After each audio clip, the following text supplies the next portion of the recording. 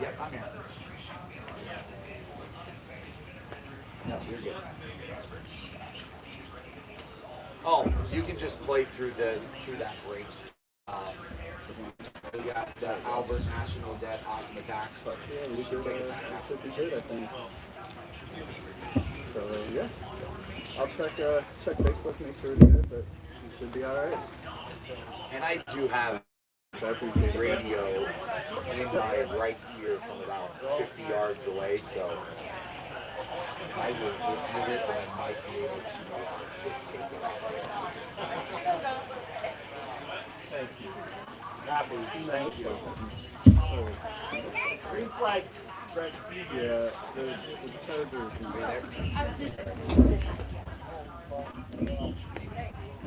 Oh yeah. Did you hear me? I'll try to take it after Menards. On my own. Good morning, but you gotta stay up there. Yeah, no, you're good. You're good. I'm looking at the sheet now, so looking at multiple screens. I had the wrong screen.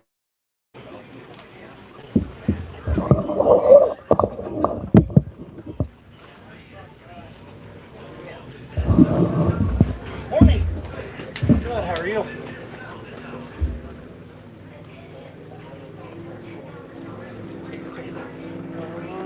Text me your. I'll just bring that. What information do you need? Just your name. Is it on option tax or what's it? I got this. I was gonna say, come and say it.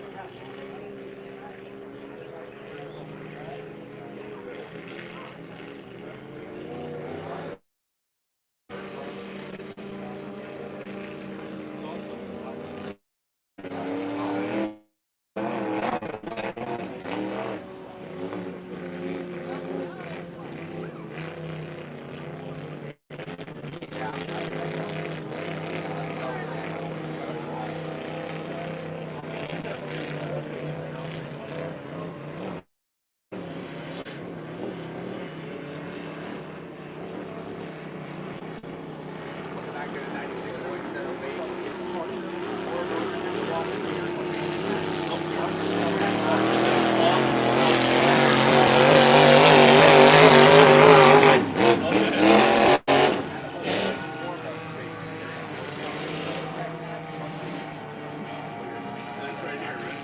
Yep, right down here.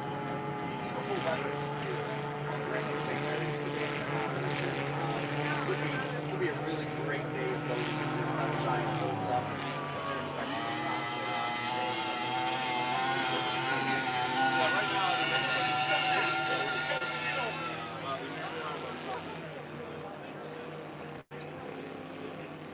And there's a lot of old wood boats that don't have seats themselves and get racing anymore. But they're invited to a lot of indoor events like today. There's some stand-alone events. That's a one called Super Book Home By with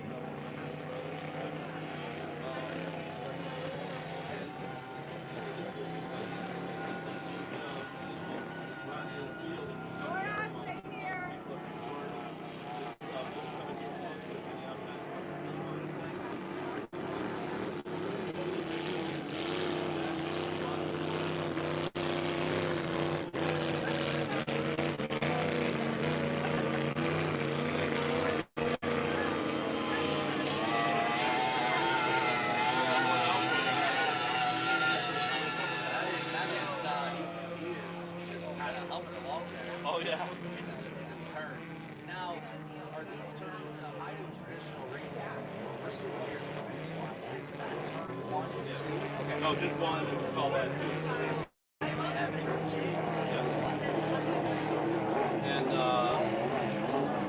can see what's going on the race course in John. And John. When you see the team like that, it's pretty cool there in the back. Hold it wide open.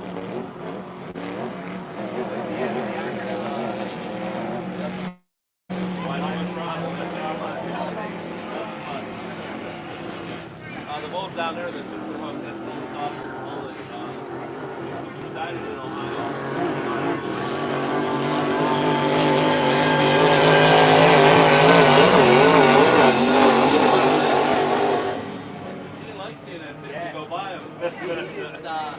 I mean, and the white one there, I mean, it almost looks like it's a rocket ship. It's got like an Apollo look to it a little bit. And it's just humming on these front stretches really good. Yeah, that's a Formula tunnel boat, they call them. And with an outboard engine, it's great for us to move in both directions. In races, I mean, they don't really have to slow down all that much as they really hit that turn. all these boats originally, when they're set up to race, design everything.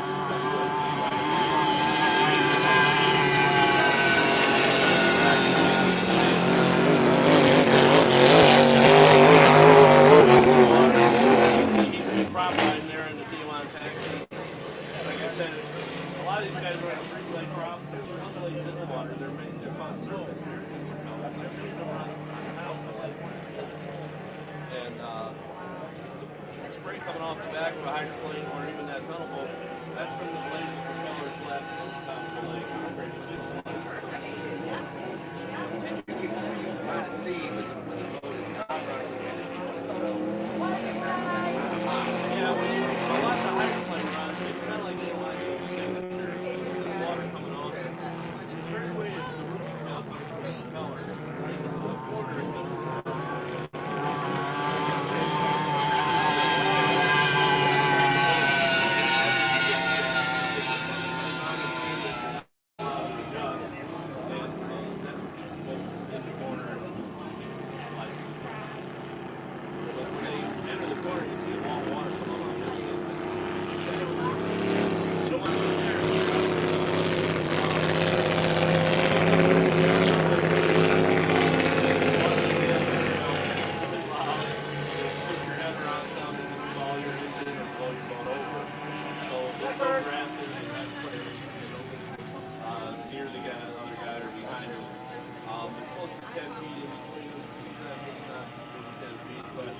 As long as they don't touch each other, they're up there fine. We didn't have any incidents with any boats hitting each other.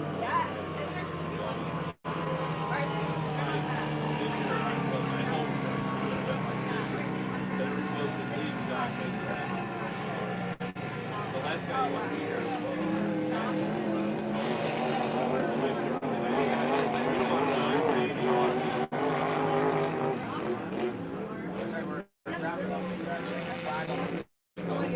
What division are part of it? Did you say they were part of? well, it's the Finnish division created in the American Power Association. For a number of years, it was the fastest tournament in all of India. And part of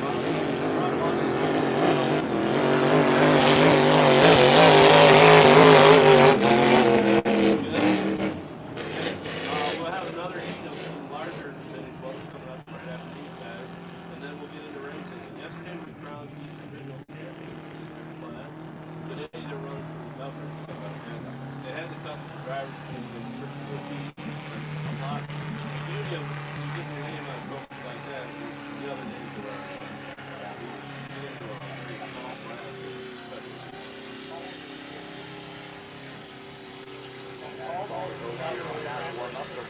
We're gonna get those boats out. We'll get more boats in. Looks like some boats are already in the well, water. yeah, we got 3 cranes down there, so that really helps. Those guys don't get to watch the race at all. The crane operators, they'll keep them busy in and out. They take one out, put one in. And they did a great job yesterday. My hat's off to the crane operators. And if you think about the job they're doing, they're used to picking up, something that's 10 tons or 20 tons. They're picking up a race boat that's, less than 2,000 pounds. So it's kind of like asking a crane operator to pick up this feather and don't scratch it or hurt it or anything like that. They just set it right, nice and even to the They're water. very gentle. They do a really nice job. And really, just beyond the crane operators, all of the volunteers out here that are part of the Governor's Cup. A tremendous group of volunteers, and my hat's off to them. the main guys spent a year. And tomorrow they'll be talking about next year. They'll start planning for next year already. You don't get any rest if you're a race promoter or a race director. I think that just goes for event coordinators Yeah. anywhere. Yeah. I mean, as soon as That's their focus, yeah. you get the event going for the year that you're planning, and then as soon as it's over, all right, guys, What are we going to do different for next year? what are we bringing back next year? What are we changing up? And this is a great site. The drivers love this place. It helps. There's a lot of knowledgeable fans here. We had a good turnout yesterday. I'm hoping we beat that number today. This whole area was solid people yesterday. And we made some jokes. And, hey, there's room for more. Call your friend up and get him down here. Weather even nicer today than it was yesterday. Everybody have an extra. Yesterday, the wind never quit, and it was gusting. And the gusts are what creates a dangerous situation for a hydroplane driver. Because they'll leave the dock and say, oh, that feels like 10 miles an hour. And it gusted 20. And up this front straightaway, a lot of the newer boats have a wing that they operate with their left foot or a thumb switch. And every boat going by here yesterday, you can see they were using a lot of downwing to keep the boat on the water. We have plenty to talk about, plenty to see. We're going to send it back to the station real quick. Here's from more of our great sponsors here from the Governor's Cup Regatta. Again, a whole bunch of great organizations on board with us today for the Governor's Cup. Salina 10, Chickasaw Quick Stop, CJ's High Marks, Dynamic Federal Credit Union, Elmwood Assisted Living, Cape Towing, Hogan Camp Funeral Home, Guzman Automotive, Maria Stein Country Fest Committee, OPAC, Triple B Finishing and Collision, and Winners Meats. The weather is absolutely perfect out here for this Father's Day for some boat racing. Get Dad out of the house and up here to Grand Lake St. Mary's because you're not going to want to miss today. It's going to be fun. We'll be right back here on 96.7 The Wave and WCSM Radio. Do you guys have Do you our need radio list of somewhere? sponsors that we had? Go ahead and those give are yours. me, we stopped at Optima. 1, 2, 3. Give me 4 and that'll get us perfect. Yep, give me so Menard, CJ's, and Guzman. You're welcome. So we have a list of sponsors too. If If you guys have that page, I we don't- gave it to them yesterday. If you have another page, if I can get it, I Try don't. and see if I have one. Or if there's somewhere, is it on there? Is it all the sponsors on your website? Yeah. Okay, I'll just pull up your website then. So that way, because I mean, we've got a couple that gave us 20 grand, so we Yeah. want to make sure they're. Oh yeah, they're yeah, absolutely. We want to mention Yep. for sure. Yep, no problem.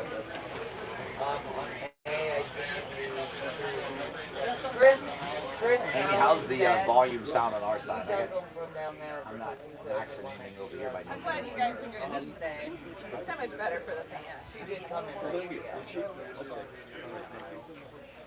So we got a radio fix too. We should have. Yes. What's that? So we got our radio system fixed too. Yeah. It was all crackly yesterday. I went to Walmart, bought a portable AM FM radio, plugged it into the headphone jack because their city equipment's horrible. Oh, that's good. Yeah, so now it's actually coming through. Whose radios are you doing? So, all right, thanks guys. Eddie? Thank you. Is there anybody over there for Wilson? Should I just stand a bit? No, we read through those and I need a radio man for the A or S 20 up to the judges stand now.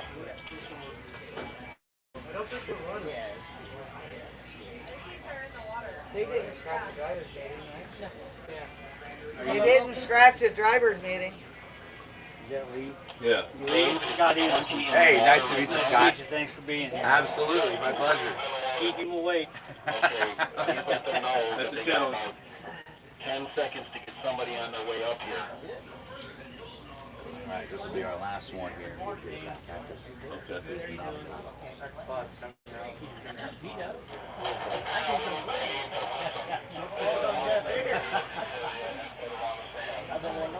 I would give up the option. It's their disadvantage if they're down there. weather yesterday? Right, I mean, yeah, exactly. All right, are we ready to go? Bullshit lights are tuned up straight. Welcome back here to Grand Lake St. Mary's, the Governor's Cup Regatta, and not to mention some other fantastic sponsors on board with the Governor's Cup. Veterans Forever. Richard, they got a tent right down there, front side of the lake with the Veterans in Forever in the Oh, VIP yeah, area. that's awesome. Bring your, if you know a veteran, bring them up here. They've got an area with lots for soldiers, all on board there with Veterans in Forever.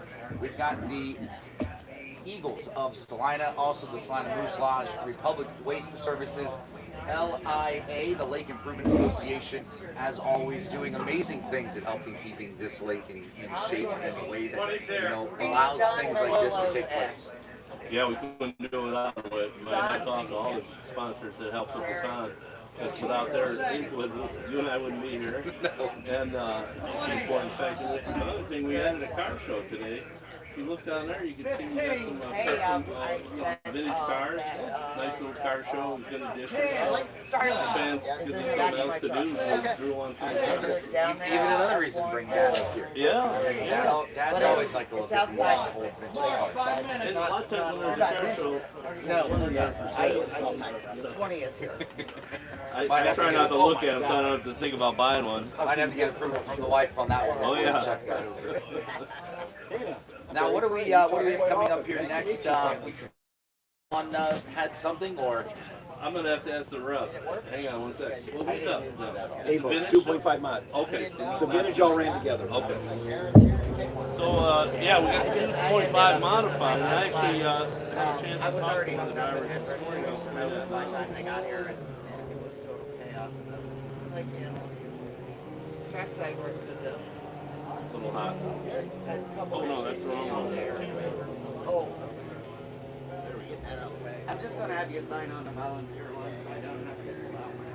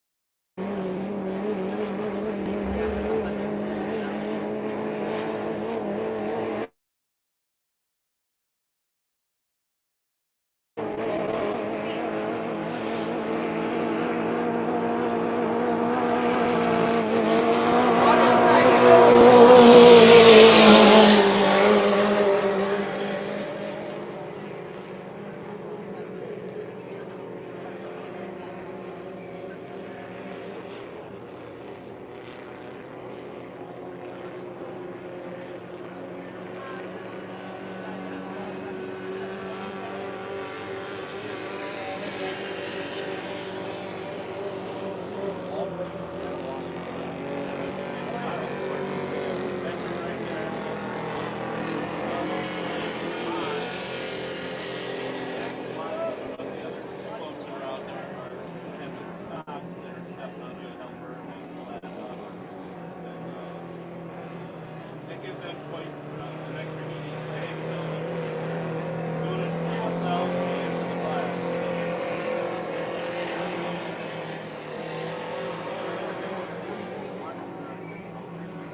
Although they're starting, there's some distance between them, all their time they start when they cross the line. Yeah, when they start, so we talked about it a little bit. I described yesterday, they used to have a gun up here, a shotgun shell, so they fire 5 minutes period. So they start the 5 minute period, they're not allowed to leave the dock till the 5 minute period starts.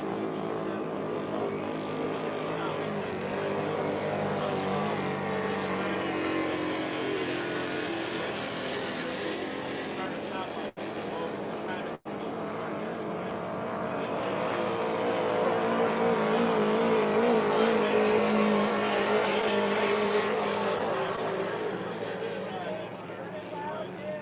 wide open throttle, trying to lead in the first start. But fantastic conditions today. I guarantee you the first lap almost 80 beat up and it's rapid. Time to frames and the engine and everything else. So you feel every way you kind of pay the price for every lump you run over out there.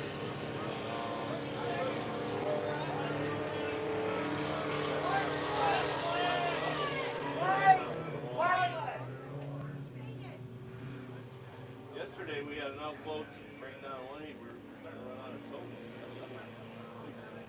The tow boats were busy yesterday.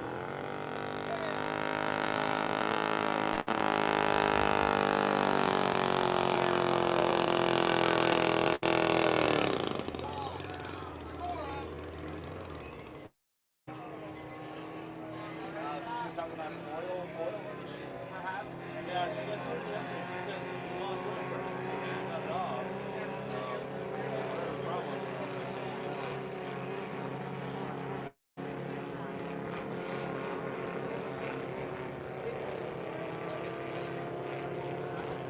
Yeah, she was. I'm saying right now we can try to take it down right at the start.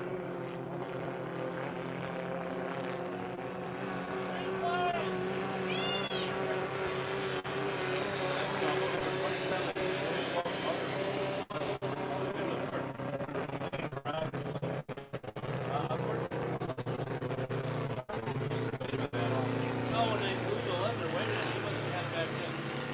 That's the point. Brandon, driving for Christina Wilson. So we started with 4 boats. Down to 2 all of a sudden. And what is the difference between modified and the stock? Well, the stock, well, like the Super Hook that was out there earlier, and like 9 minutes ago, it has a pivot. The pivot was the only engine approved for the S-Class for a lot of years. You could pretty much take the engine out of the car.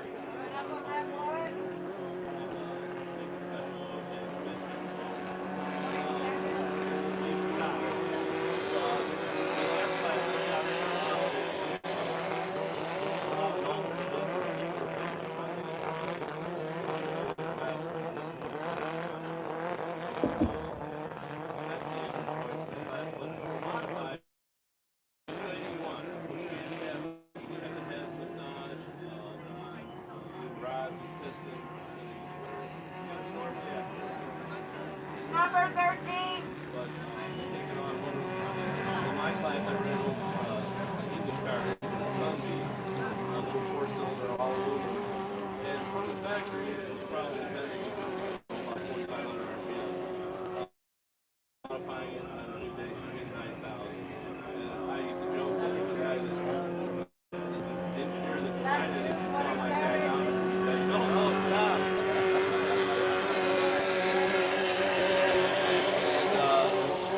We're going to see some good racing. This is a little bit ugly here. It's kind of spread out. And, Looks like the 13 maybe. Is that the 13 out there? Looks Yeah. like maybe it's slowed down a little bit. It's yeah, it doesn't sound right. not looking as well as it was at the beginning. Yeah, when even with the stock engine, everything's not so long. There's no high gains. It's low right away. And it looks like it's kind of lost there. It's passed by the someone else.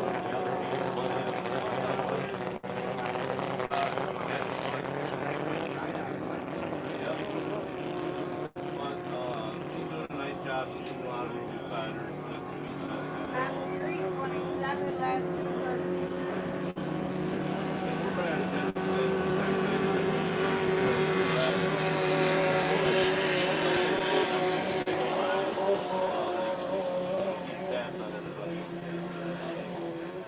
And then an actual race, so how many laps are they going to take here on this time? Well, in the American Power Boat Association, there's different size certificates. And in the last race, all 1 mile.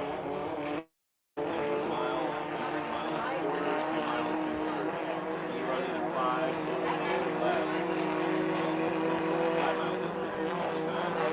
And you think, laps, that's not many. But when you're driving the boat, it feels like more than 3 for sure. And here they're running 5 laps, so White flag. the challenge is if you got a fast boat, and try to set a record, you might catch the slowest boat. Down with the white. And you don't want to get this way across the way. Cause it to be Down and some of with the other classes that are a little bit, Down like with a certain, it looks like go back up to the song now, I don't know. Maybe he was texting. Purple, white, boat. Third lap down, so this boat will get checked. Checker flag. And then the red one gets white. Very. let's get it over out. We're going to race here. So I'm going to go for it today.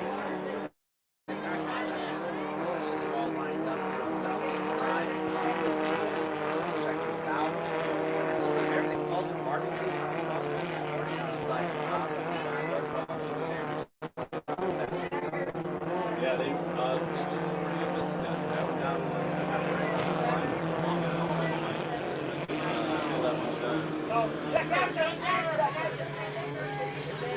Bonus swim, I got the white flag, that means one more left to go, and then here's our winner.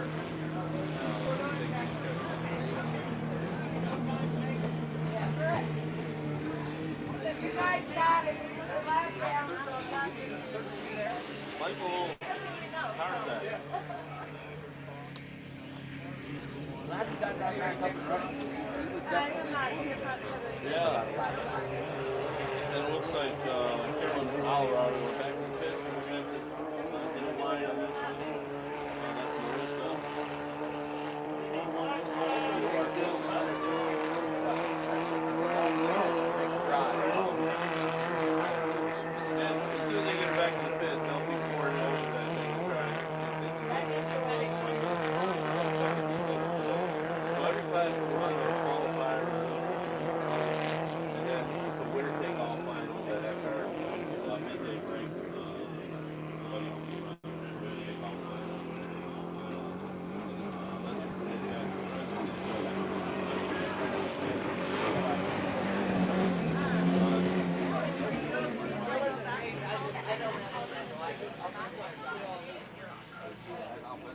We're going to get a tow here for Marissa. 96.7 here again. The Governor's Regatta Cup here. Just can't get away for how beautiful the weather is today. The wind is not as gusty today. Perfect day to come out, see the sunshine. We've got a car show behind us as well. And again, more great sponsors, even a part of the Governor's Cup Regatta. We've got St. Mary's Foundry, Lakeside Hideout, Vandalia Rental, Stebbins Plumbing, Lakeshore Auto Sales, Bike Hub, Lakeshore Marina, the Boardwalk Village, AG Home Inspection, and Wright State Lake Campus University. We're going to take a quick break here, send it back to the station, and we'll be back here on 96.7 Wave and WCSM Radio. Yeah.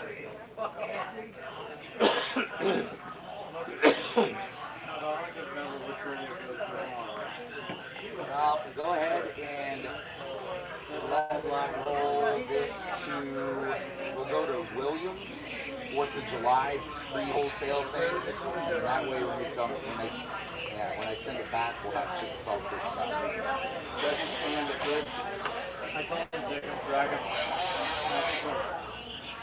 Correct, yeah. As soon as this boat is under tow and well off the course, I'm going to let him There's a go. lot of Westwoods in there. Is it TNH and MX? No, there's been Huh? there's a change. What is it? I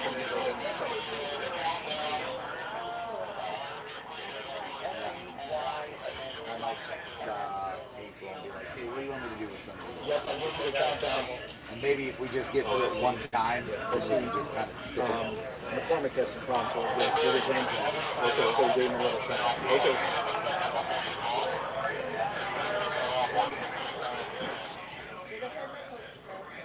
We got 12. Yeah, we got 12.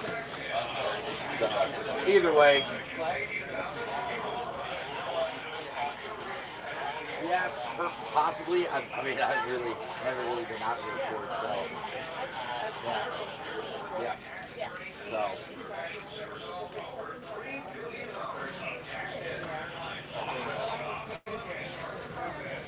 Yeah. Yep. I think I might send April a message to see what she thinks about eliminating some of the Westwoods after the first run, because yeah, we can totally get more local sponsors in on this and try to more local thing. Yeah, you guys. Yeah, so many Westwoods. It almost outnumbers the local sponsors. Get it ready, Marissa. Marissa. Oh, I'm sorry, I didn't tell you so.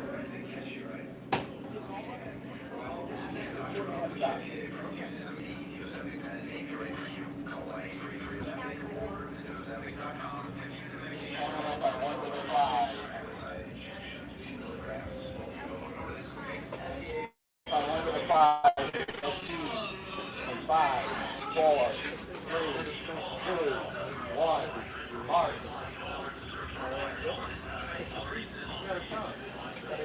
Yes, they got the old manual.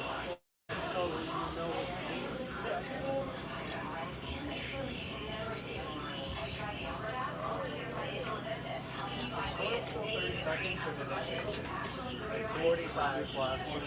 For Y, it's 45.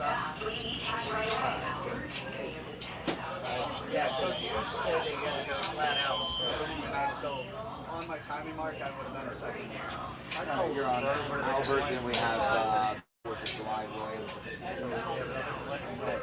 As long as the boat's not running, I can hear the radio just fine, but as soon as the boat gets in the water, forget about it. Yeah, as soon as they put a boat in the water, I can't hear anything. 7, 6, 5, 4, 3, 2, 1. Mark. 5-minute gun. Shelby, we're trying to call you. Too bad you're here. So next up is the SE class, or flat bottom display small. And we talked to a couple of those guys. Go ahead, Salvage. This is Don.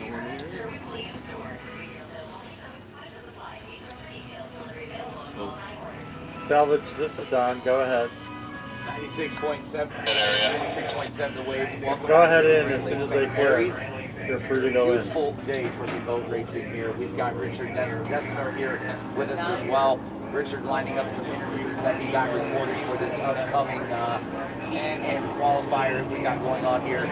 It's kicking off this morning.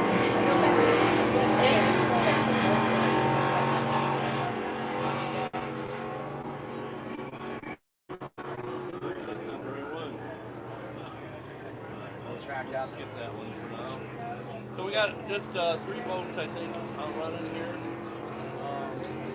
Boat number 9, the Rewinder, Ryan Timberman, Kevin Hughes, and then the 57 is Robert Jones. Wildfire. And these guys are really going to enjoy this conference. This is about flat models or displacement models. They're not made to fly like a high school. But what they do, they have a station plate in the back of the boat.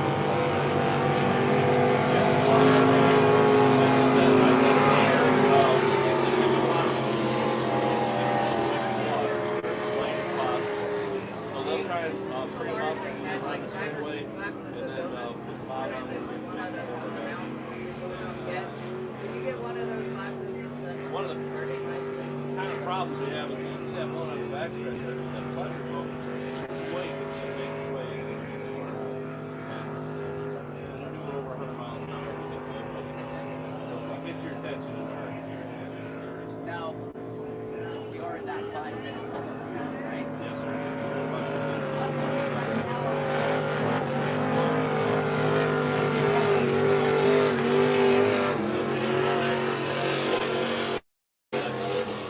Are into a fine and then before the start.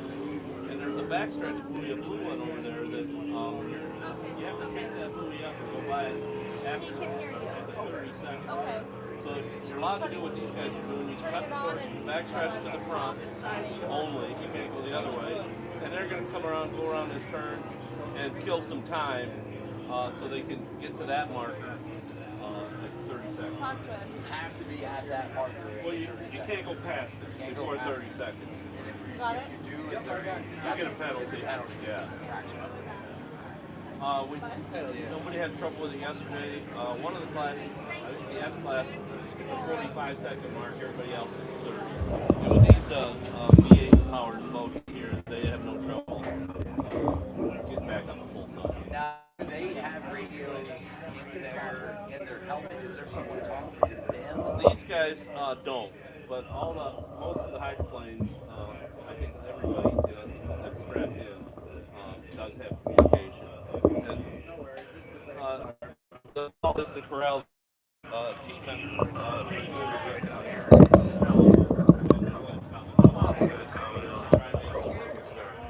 These guys are.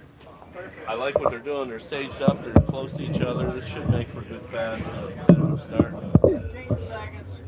We got Patrick Hughes out there in the number 4 boat. I didn't call him yet. He finished 3rd in yesterday's final. So there you can see what about at the 30. 30-second mark. Yeah. So they're all behaving themselves, which is a challenge sometimes. It's easy if you're driving to get lost out there and lose sight of a buoy or forget something.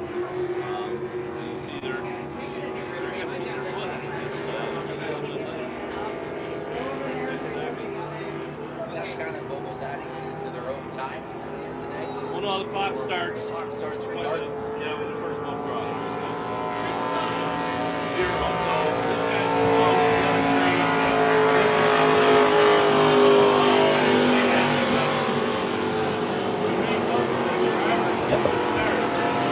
The race with a boat that's not the fastest. When you come by, you start to like 20 seconds late. It's not going to go well.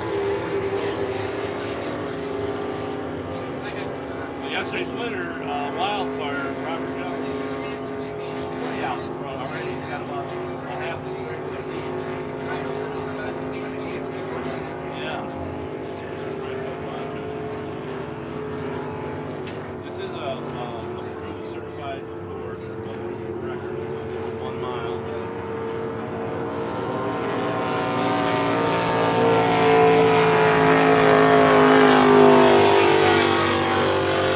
Kind of speed he's going.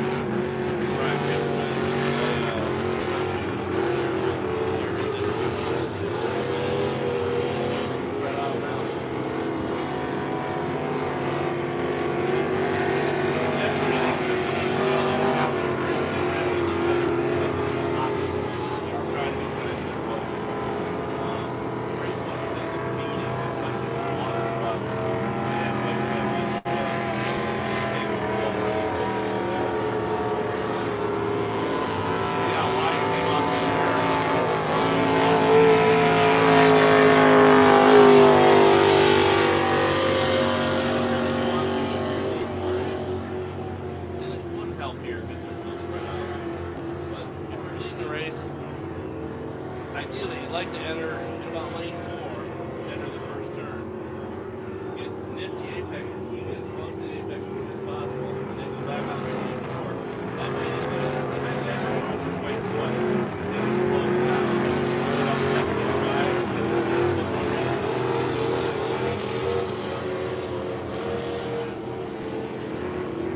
Really, truly, you kind of said it earlier, it's really a sport. You don't want to be behind. You want all the distance and you want to stay away from the other roadway as much as possible. We'll see some close racing here. There's our leader left.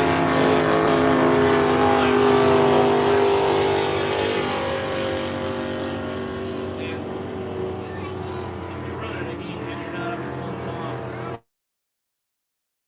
let that heat and give him as much water as possible. It's just kind of a gentleman's agreement there. It'd be nice to hear fellows. Sometimes it doesn't always go as planned, though. No. Well, yeah, I forgot I started my watch. Don't have a time. We'll get one when he comes back out here for the finals. Great day of racing so far here at Grand Lake St. Mary's.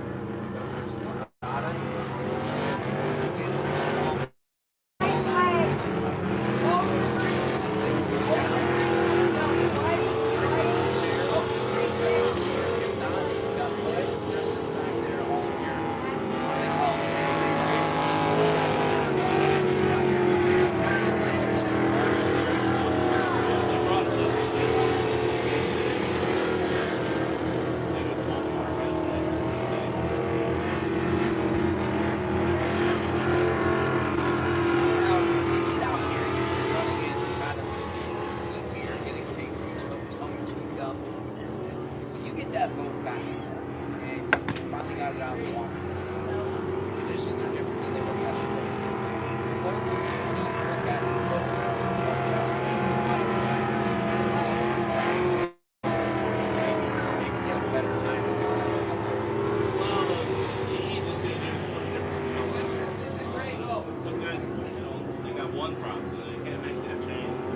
have a variety of propellers, you'll, one of the things you might do is when you change the propeller, there's not really anything to the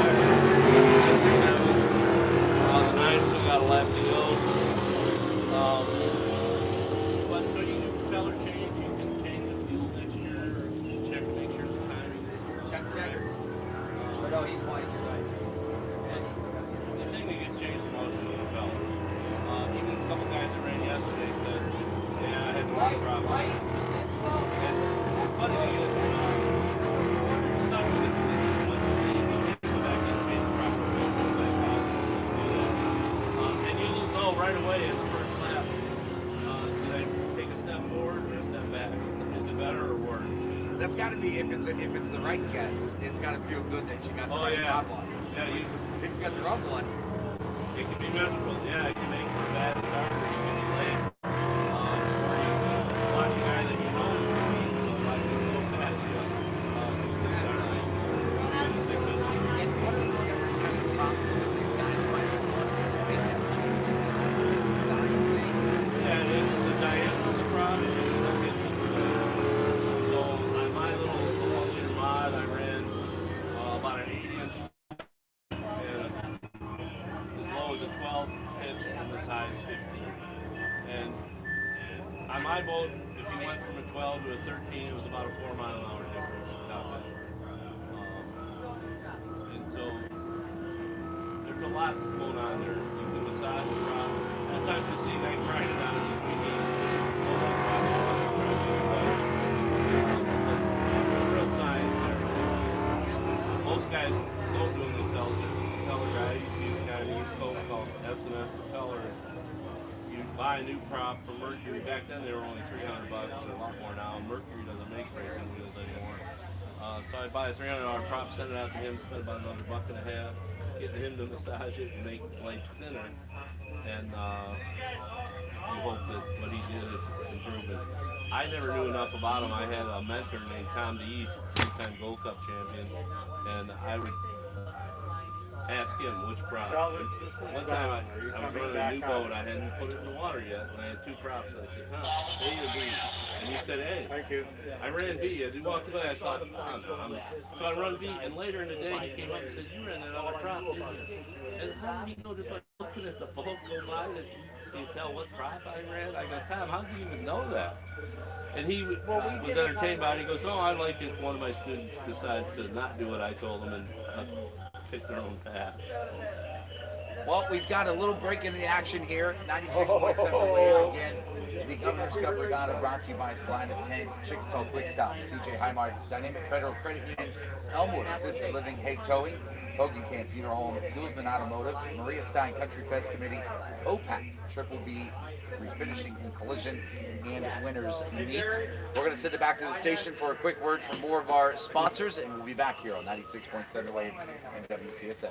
What's next, you switch hitter? Why? Huh? Why? Why? Okay, good. All right, Want a donut? Chickasaw Quick Stop.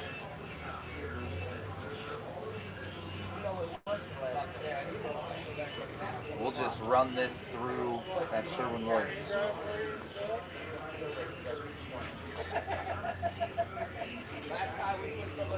Why boats are up next? I got some good interviews there.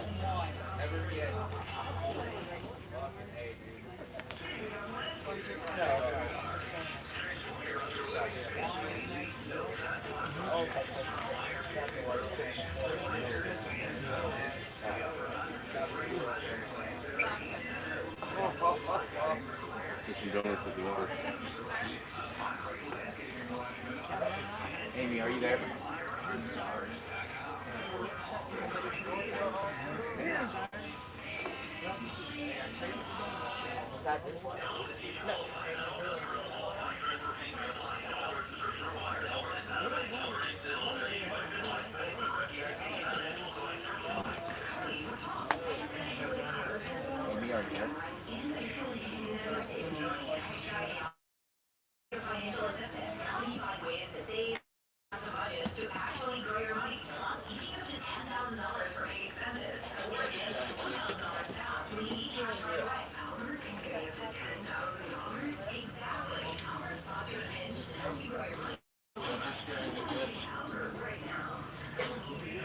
good. What? Corral's good. Corral is good.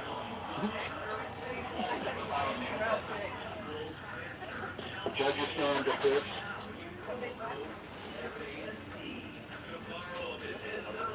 I hear you.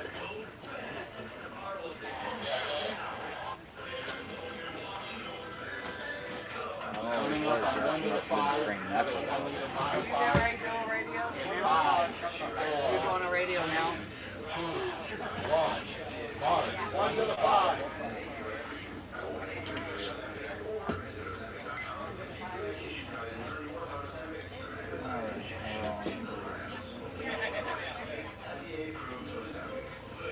Sherwin-Williams.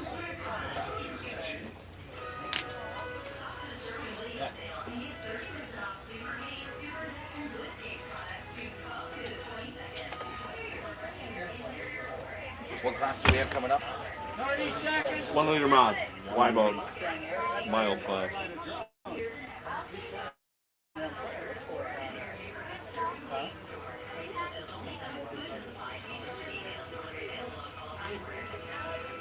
This is nice water. 96.7 wave here back on Grand Lake St. Mary's. Beautiful day for racing here. If you've got no plans, take the boat out, enjoy the backside, the backstretch there. Plenty of viewing area for you to watch the racing from back there. Take a radio with you, and you can even hear me and Richard talk about the races as they occur.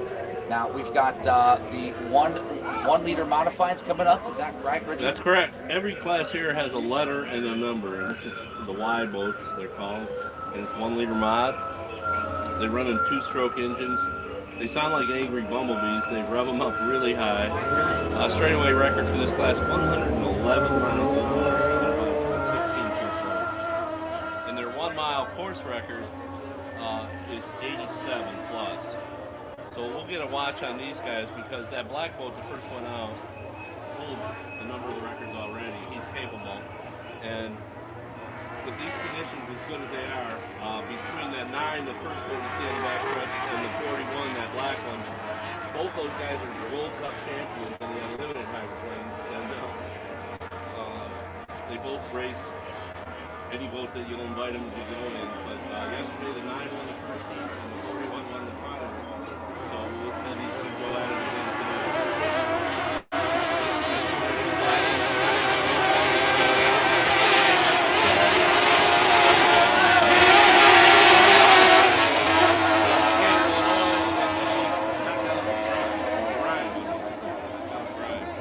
He's a former police officer, so that's why I made a mistake with Brian. He used to fight for me. This is pretty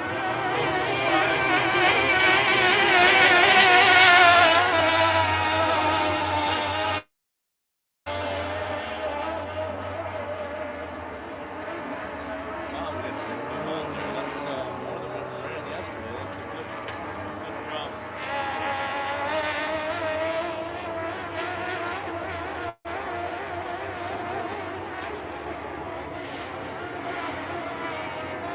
These two look like they're racing already, but they're just no time to run. They're trying to get activated.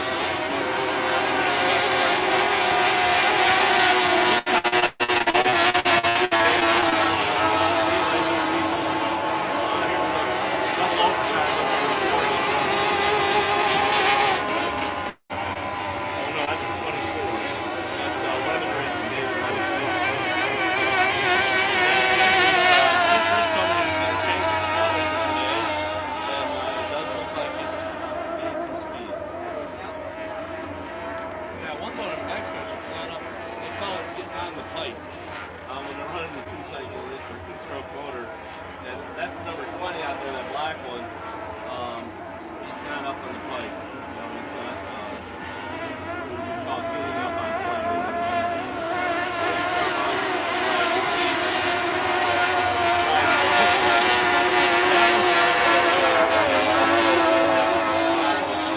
Balance it well, and you can get it to ride like those guys are. You can win a lot of races.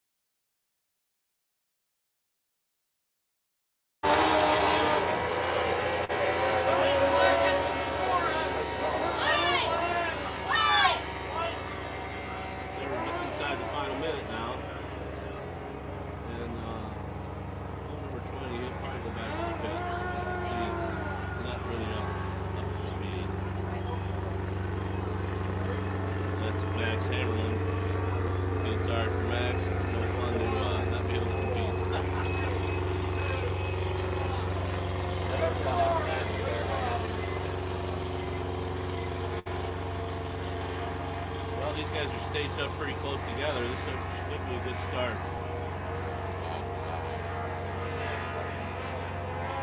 Got the 9 in lane 1, the 41 in lane 2. And switches in between. Yeah, that's it. We're going maybe east of lane 3.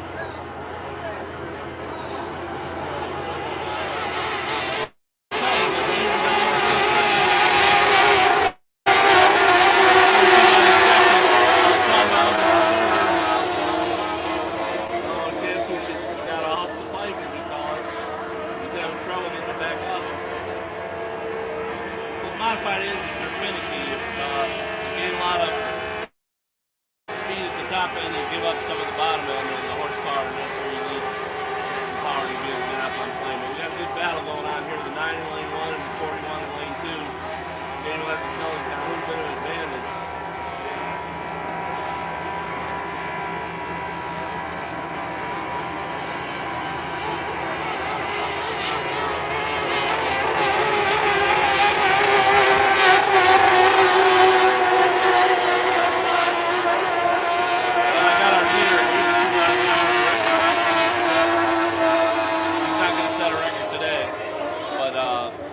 He's still battling with Corey Peabody too. Corey's not giving up. He's trying to stay in there, running a shorter distance, but J. Michael Kelly's got a little bit of speed advantage on him now. And they're just going by Chris Ritz's boat, boat number 2. Having trouble with the engine there.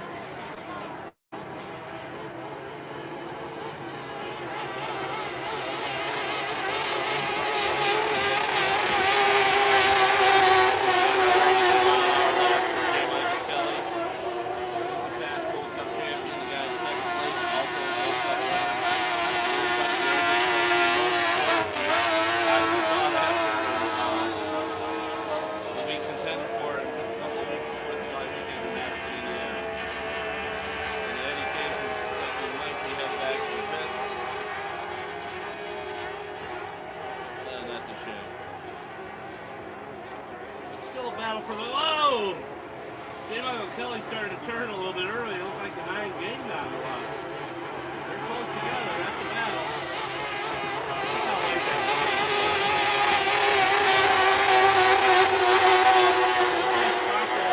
You can see right underneath the entire boat. They're flying it. And we talked about it earlier. The way you get it, they can play a little fast.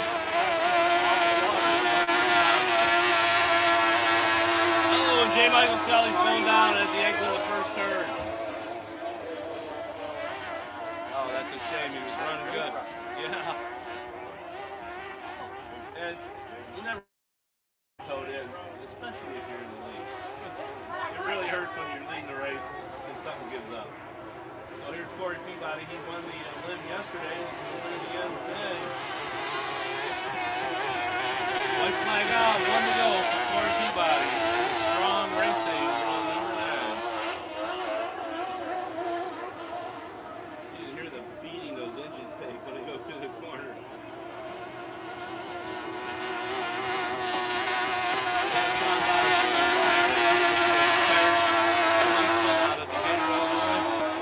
And he's the race chairman for the race ahead in Decatur just a couple weeks ago. It was the national championship. He did a great job. Just like here, a big list of volunteers that help pull this off.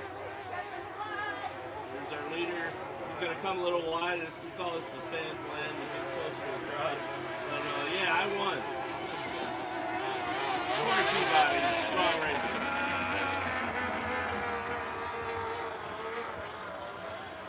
In second place, we'll go to Sean Bowser. In the knockout.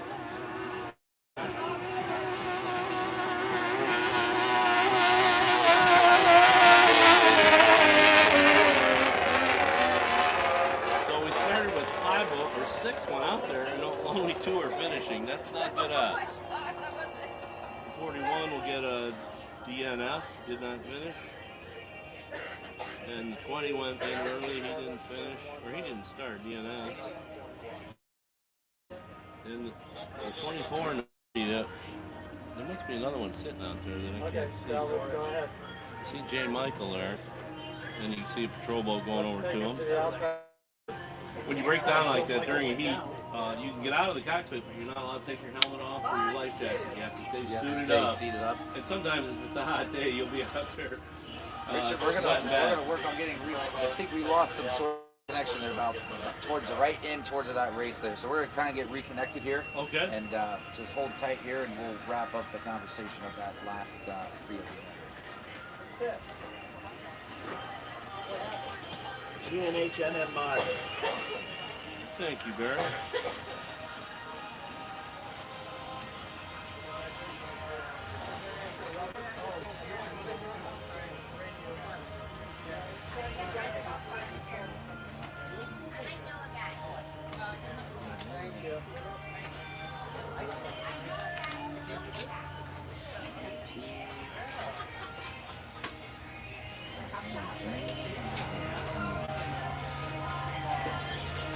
We didn't have any trouble yesterday. Kevin did a good job. Yeah, he had it awesome yesterday. I'm just teasing it.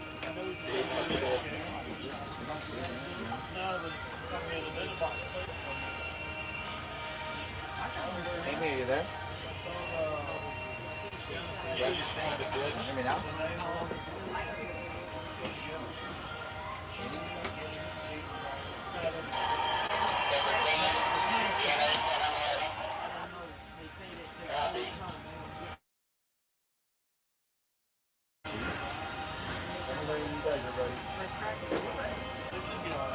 I'm not ready. Well, now we gotta wait on that.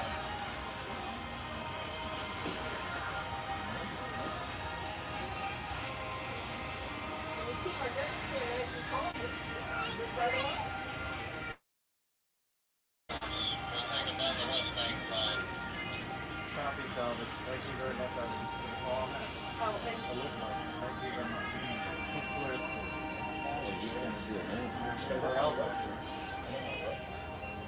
Technology. We're waiting on you. Yeah, that's the thing is I can, we'll be able to hear each other, but sometimes we might lose, because of the phones, we can lose the station.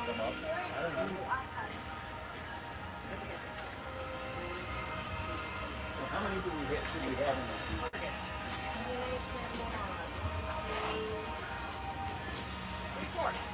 I see 3. So we have the 8, the 64, and then what is it, the 9? 181 is who we're missing. Is he in the water? Yes. So we don't have his radio. He made me radio in from down there because his crew. Yeah, they're very short crew. Yeah, How tall? he actually he's very Oh, short. you didn't mean that. I'm just disappointed he beat me today. Man, we got some comedians on the stand today. I get told that all the time. I get called a comedian. Hi. Next year, we need to tell somebody that whoever is on the other side has got to stop causing waves. You're not going to do that. Can't do it upside down. No.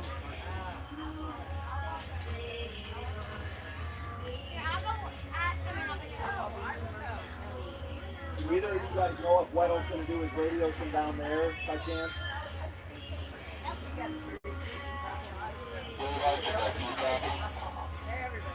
Amy, can you hear me?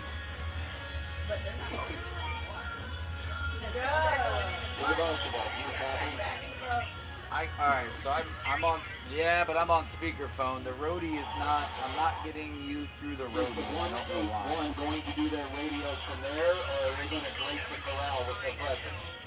Yeah, I don't know what happened. Like, 181.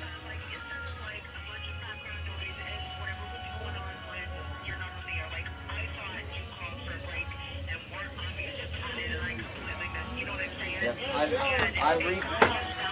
hey, I'm gonna. Hey, if you want to play, like country music, we can get off the Sunday go to church music. Well, I know. I'm called. If I get yelled at about it, I'll. They're playing the radio up here. You want to play like a country song next while I figure out this board? I'm gonna put you back on. I'm gonna try and get you back on the board here, and I'm listening to what you're doing. So. Country, classic rock, whatever works. Between those two, I think that works great. Yeah, 80s classic rock. So that'll.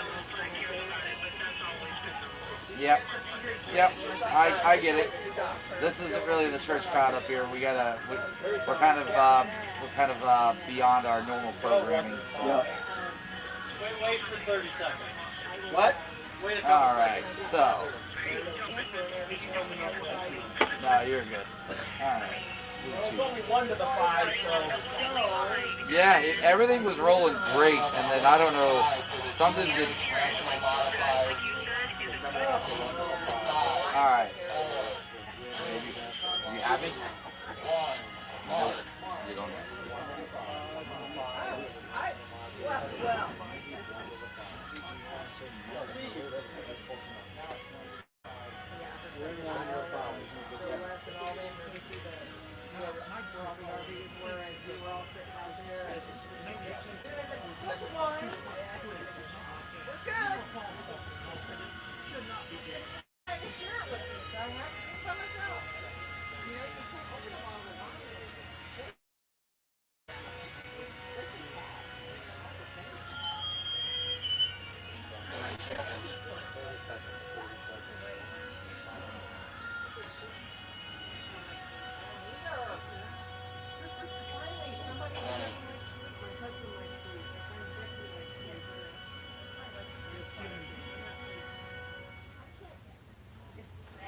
Are you there? Yeah, my Bluetooth all of a sudden is not wanting to cooperate with the board, and that is unfortunately I can't because I don't have, my phone works off the old iPhone charger. I don't have that USB-C type connection. I'm gonna work on.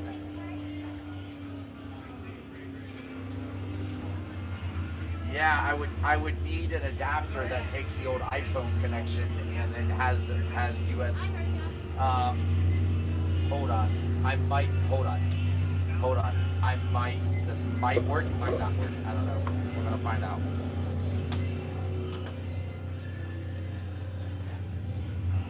Is this what you need?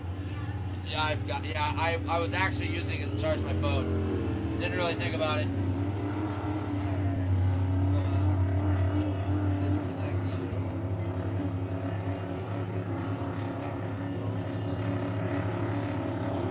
664, 181, 8.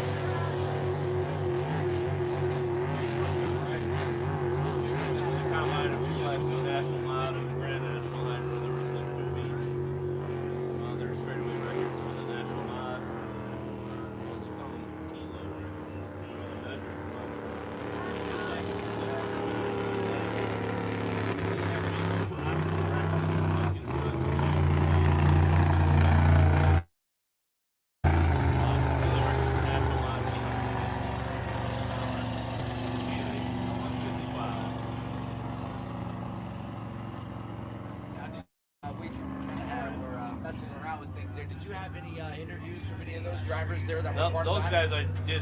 I do have some for some of the other classes coming up. And now that one, what do we have to look forward to coming up here next? Barry, what's next? S8.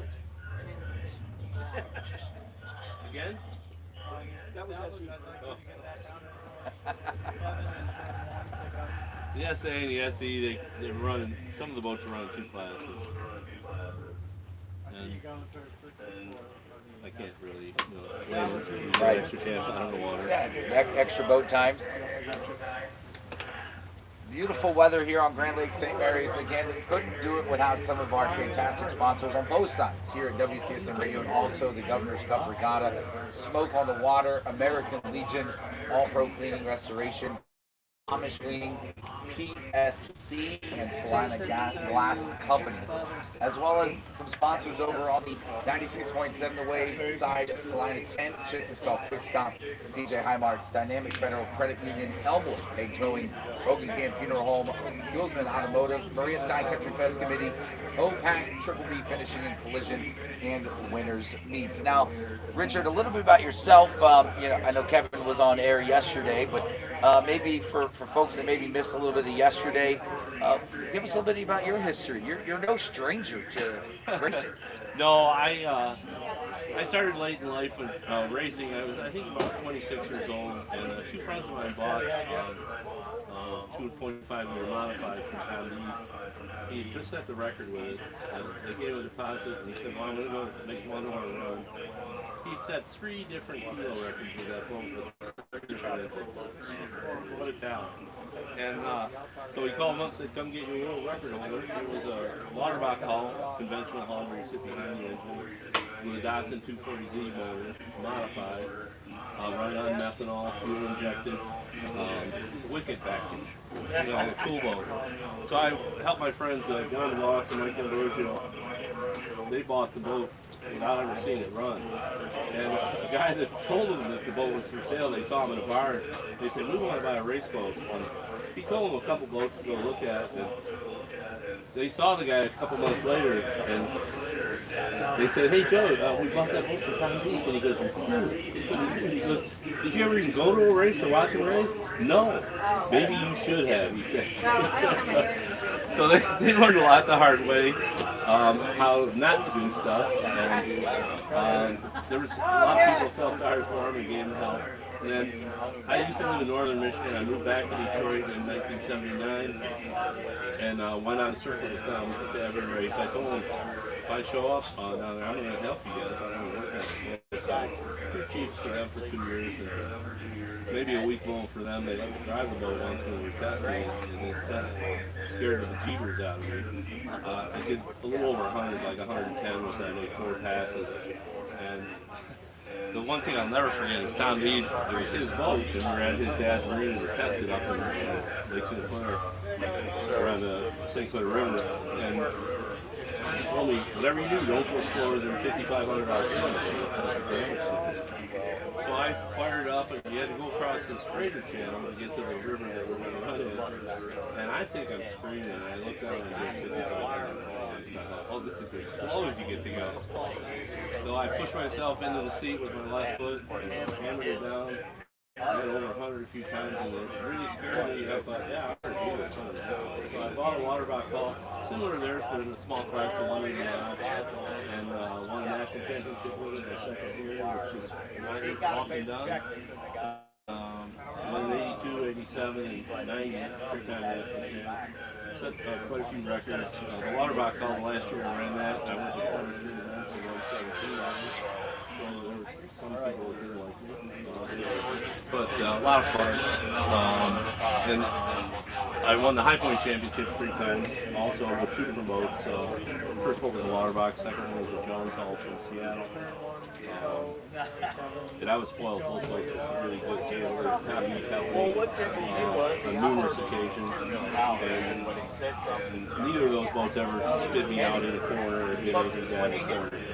I tried flipping them both. I did do a big blowover in Florida That's got to be a ride. Oh, yeah, I was driving mad and it was stupid. I started to heat dead last night. Past 8 boats. I'm looking at the 2 boats ahead of me. I'm trying to decide should I go to the inside or the outside. All I did was cross a one in the lake. It's about that big. It set the boat. I didn't realize it was right on the ragged edge, and the wind was coming from my side, so I thought, oh, that won't hurt me. I was told by people on the shore on a scale of 1 to 10, it was 12. And it hurt. I blew the cartilage out of every rib on this side. You know, they had a parachute pulled out, but didn't have time to deploy. And the idea with those parachute jackets was it's supposed to slow you down a little bit, send you in first.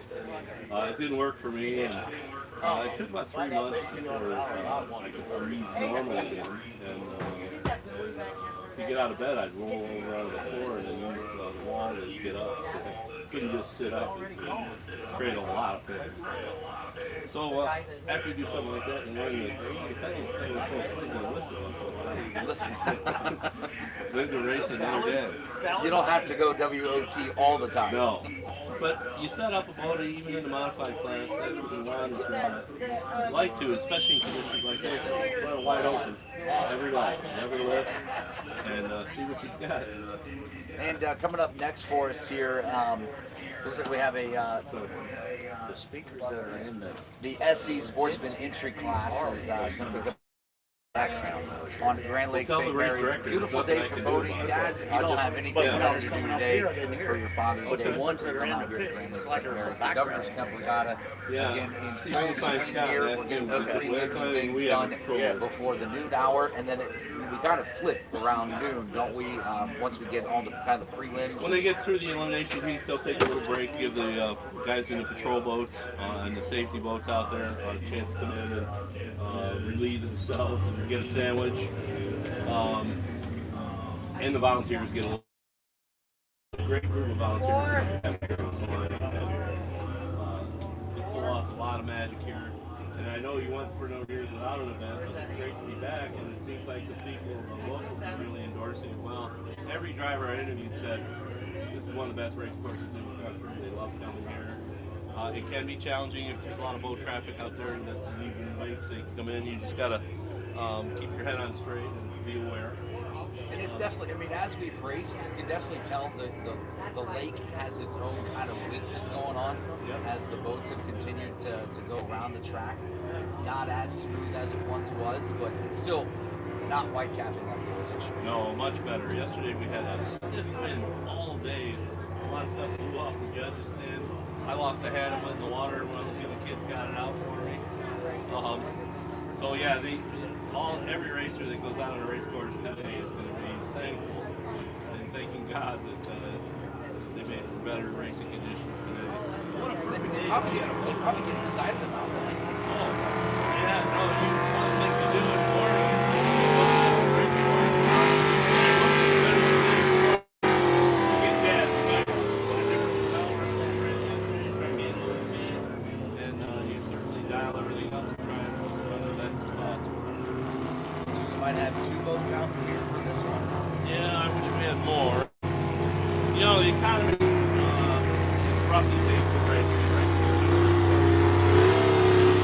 And with gas prices where they're at, they're so maxed out to get the boat ready, they might not have, suitable enough money to buy the fuel and show up at a race. So our boat counts down a little bit.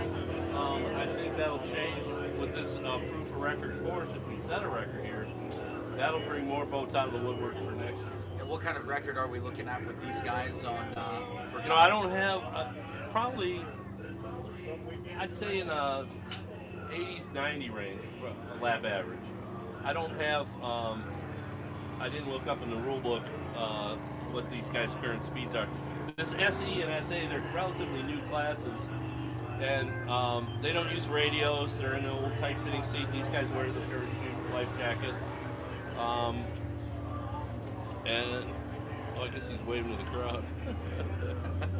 I thought he had his good old. No, one of the things you do if you're going to return the pits, you put your arm up so anybody behind you knows, oh, he's going to pull off the course.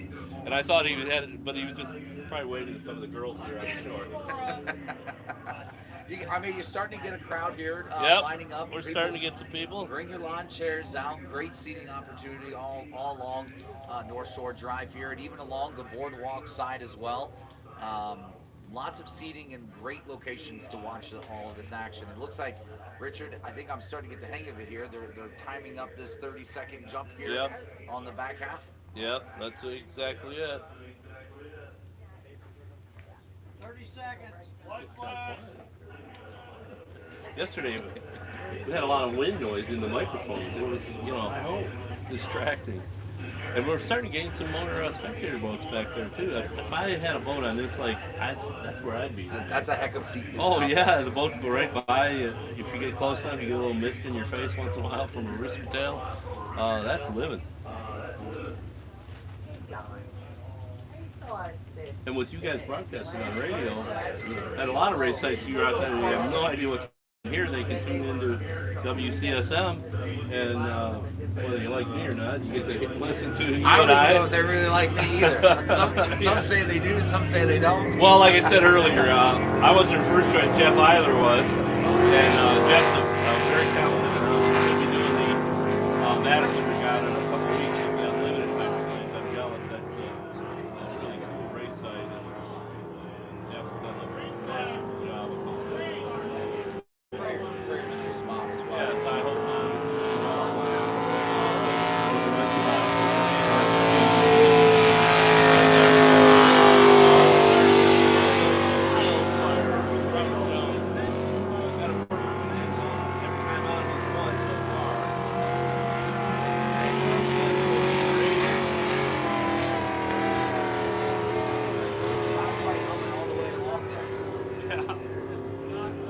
Yeah, he's kind of taking it easy. I'm jealous of him. Nice riders. Buzz around race cars.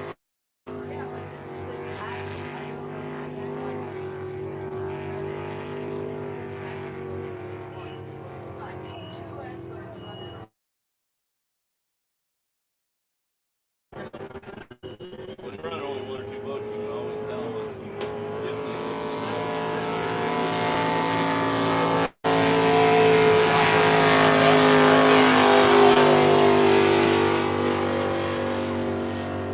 and these are all automotive engines that they're exceeding the RPM range of what the engineers did by a big number. And when you race any kind of boat, the problem you have is when it's rough like yesterday, there's times the prop will leave the lake and not be there, and you'll see the tachometer hit the peg. And so imagine you're driving a Corvette, long, straight highway.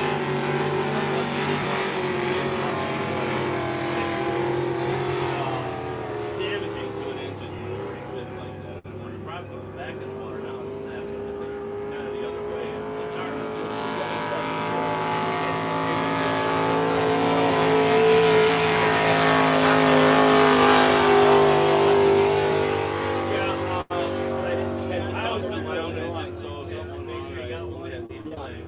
I gave him my name. He said he gave me my name and number, and I gave it to him. And I'm not worried about not getting it.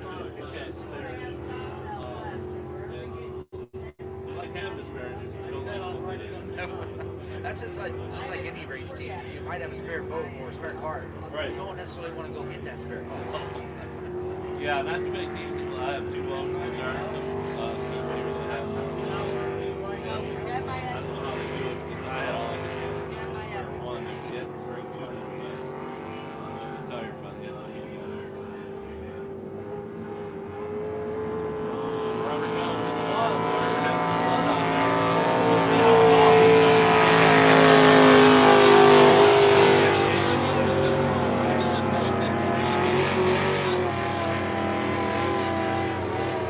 Just not quite as fast as that other people. Can you turn this on? We can certainly turn that on there for Scott. Come on, no. We found that on the road down there. Impressive. Daniel J. Braun. Maybe. So it's Judge Stanley. Picking up an ID. Daniel J. Braun, your Quicksilver Discover car. Well, let's do a little shopping before he gets here. Let's order something online. Bring your ID, and that's actually Capital One there. But Daniel J. Braun, if you're out there, you know Daniel J. Braun, we have his credit card here. Yeah, if he's in line, wants to be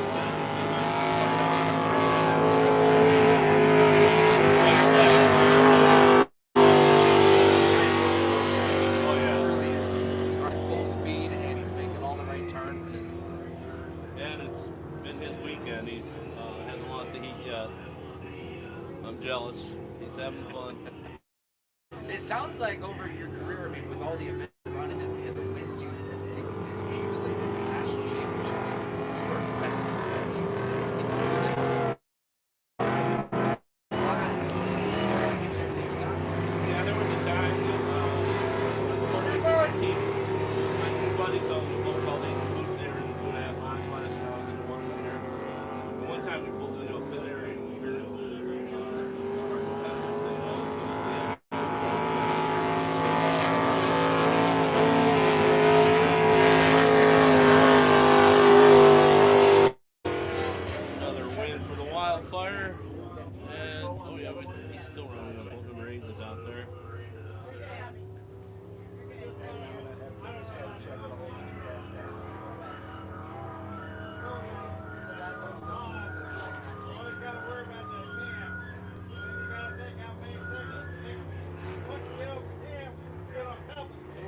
I think it's with the wind. I think between the wind and the radio, we don't have as much wind as we have today, so sound is traveling much better here today, and which is not a bad thing. We'll take the beautiful weather over the windy conditions that we had yesterday. Oh yeah, absolutely. This will make the weekend for the races that they got one team nominated, and just everybody I talked to after yesterday, even some of the kids were saying live. I feel like it would, I've ridden roller coasters, throughout my life, and I feel like that bouncing back and forth, or just that constant, like, just thumping. Yeah. That's it takes something its similar. toll. It takes its toll. Yeah. When I raced, we'd run 2 heats on Saturday, 2 heats on Sunday, and only 5 miles each. Not much time in the boat. But Tuesday morning, when you want to get out of bed, you realize, ooh, I did something to my back or my arm. Or first time I won the Nationals in 1982. I pulled a muscle in my neck that hurt for 3 weeks, and my ear rang for 3 days. I didn't have earplugs in. You probably never went with earplugs. Oh no, yeah. If you forgot them, you'd get a headache before you got back to the town. We're approaching the noon hour here at Grand Lake St. Mary's. Plenty of time to come down and catch out all of the afternoon racing here for the Governor's Cup Regatta. We got so much going on. So much going on. Car show, and there's a raffle down there. Yep. Raffle with a golf cart? Well, there's a 50-50 raffle with just cash. So I bought some of those.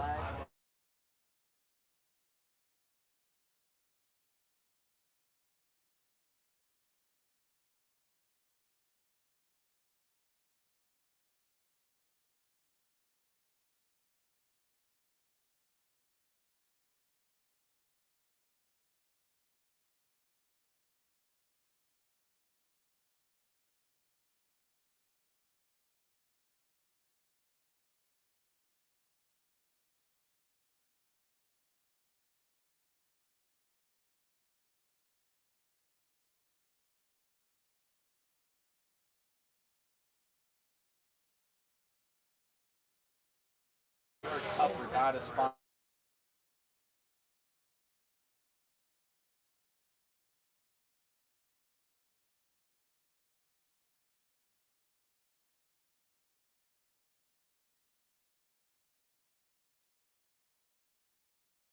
Here from more of our great sponsors, and again, Hague Towing, Hoagie Camp Funeral Home, Hulsman Automotive, Maria Stein Country Fest Committee, OPAC, Triple B Refinishing, Collision and Repair, and Winners Meats, all on board locally here for WCSM Radio as well. We'll be right back with more Governor's Cup Regatta action here shortly. You're listening to 96.7 The Wave on WCSM Radio. Yeah, they've already figured out the result. That's 5 minutes there. And and maybe that's Give where me the 90 3 comes in. because they just did a 5-minute countdown, which will give us about a minute and a half of commercials. And who?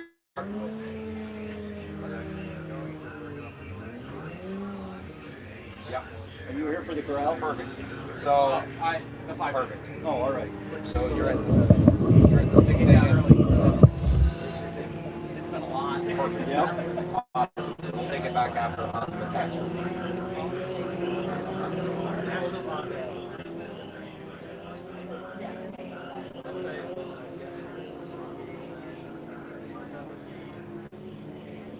Yeah, definitely getting a little bit of feedback things. We don't talk. It seems like the speakers in our background pick up on microphones, and that's where some of that beeping noise is coming from. That is definitely feedback. I turned down the Bluetooth on my end, so it's not sending so much Bluetooth signal. I've also got our mics turned down a little bit as well. So.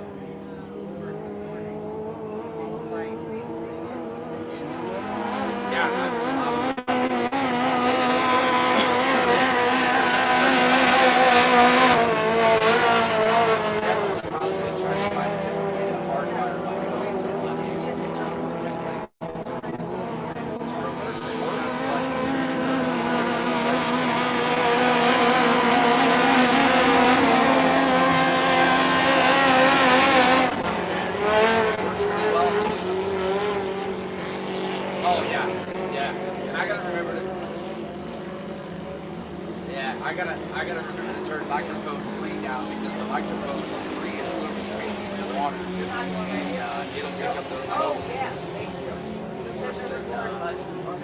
Yeah. I was sitting here. No, you'll hear them countdown. Oh, so, especially with boats running.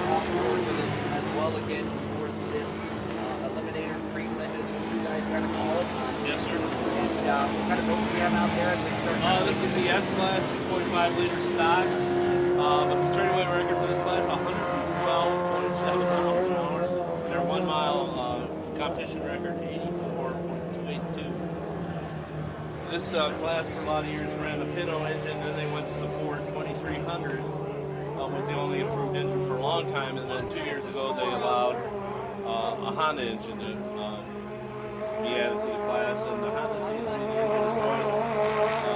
Boats that run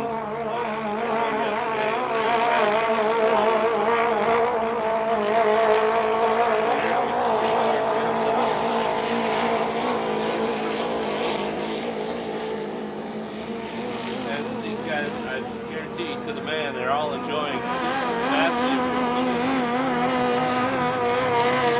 And we got a guy parked. It doesn't look like it's running. You're not allowed to shut it off, but you can go as slow as you want. So he's killing time to pick up that buoy when it's. And I didn't start my clock. We don't have the official time, but I'm sure he is getting close. Yeah, I think for them it's 45 seconds. I do have going. We're at 50, so he's only got 5 more seconds. But he got up there early, and I guarantee he wants lane 1. He wants the short way around the race course. Yep, they're past their 45 seconds now. They're free to do what they want. Technically, you can shoot up ahead of them if you get 4 bolt lengths and then move over and take lane 1. I think that's what Kyle Hayes just did. Yeah.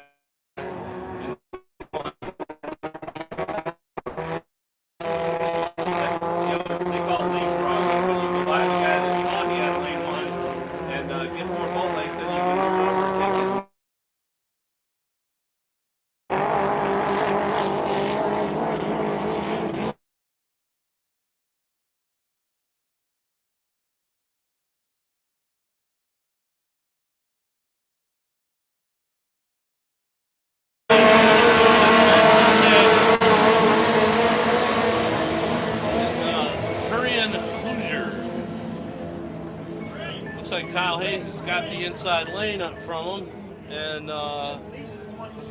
unfortunately, he still watched the guy drive around. But we got a good battle for the lead here going on the backstretch.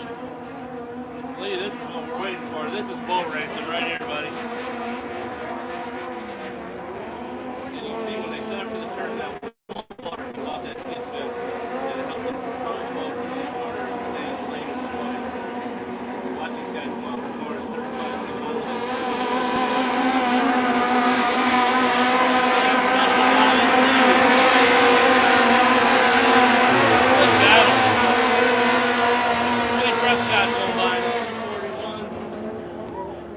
27 coming. The TM Special is still doing about a rooster tail lead now on the 22. So you can see these, well, you were here yesterday, but they're running so much better with this slow ball. What a difference for the competitors, and it really makes them fast. There's still some lumps in that corner. When you see it drop in that skid fin tail, that means they're hitting the tail a little bit longer. It gets your attention.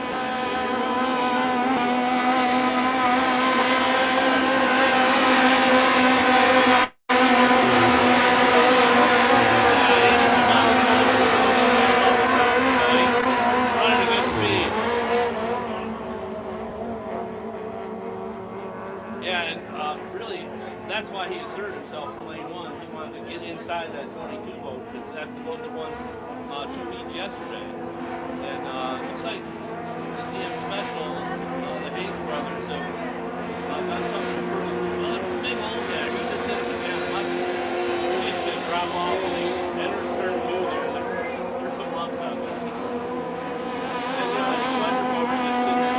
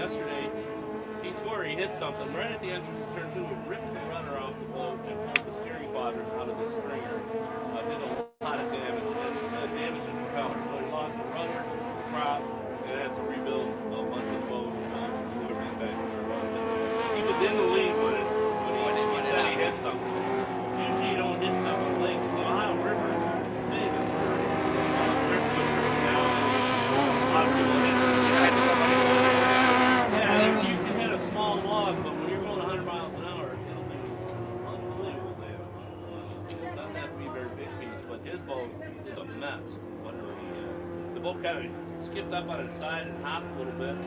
He didn't end up upside down. He was fortunate in that regard. But the boat's unable to compete today. You know, they'll repair a lot of stuff. You can't hang a new rudder and fix the steering overnight. That's gonna have to go to a shop and probably get a couple of weeks worth of work done to it. Well, that's the racing that we're talking about right there. That's what we like to see Yes. on the water. And plenty of more of that coming up here this afternoon. Richard on board here with us. Dessler, 3-time national champion. Definitely knows his stuff. Knows. Did you race this course at all, or? Well, when Miles Copeland and I used to announce this race years ago, and one day John Schubrooks with an A boat, he let me race his boat. So I never raced my boat here, but I raced a 2.5 mod. It was a lot of fun. I was fortunate when I left the pit area. I followed another guy out, and he knew where the race course was. I couldn't see it. It was one of the first times I was in a strapped-in boat with a lid, and it's a different feeling than when you're sitting out in the open. I mean, we can sit up, we can see these buoys. Yeah, but you get in the boat with all that vibration, you pull out with those, or the spectator fleet, that can hide a buoy, or the boat can be behind it and you don't see the buoy. So that time I raced here, I was fortunate, I followed the guy around and I go, okay, now I know where the race course is. And it does, your vision, distance vision, when you're in a hydroplane with the RPM of the engine and the propeller and everything, it blurs a little bit of your distance vision. So it's harder to see than it is if you're doing what we are, you're just watching. We got the nice seats. Oh yeah, it's a good place. 96.7 The Wave here again. The Governor's Cup Regatta. Veterans. There was an awesome thing going down there with Veterans Forever. There's a beautiful white tent. Also lots for soldiers on board here. The Salina Eagles, Salina Moose Lodge, Republic Services, and the Lake Improvement Association, as well as CAP, some of your Governor Cup Regatta sponsors. And our local sponsors here at 96.7 The Wave, Salina Tent, Chickasaw Quick Stop, CJ Highmarks, Dynamic Credit Union, Elbow, Big Towing, Hogan Camp Funeral Home, all on board here with the Governor's Cup Regatta here at 96.7 The Wave and WCSM. If we have a second, I want to play an interview I did earlier today with Grant Lidco.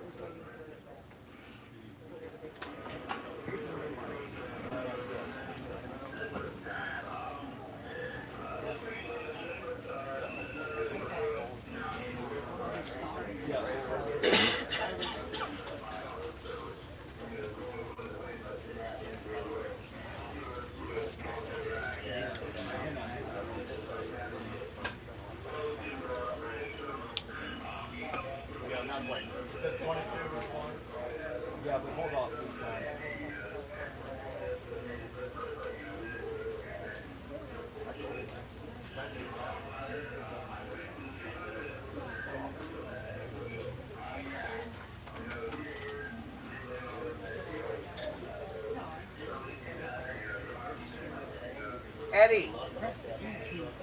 I got it. Okay. 22.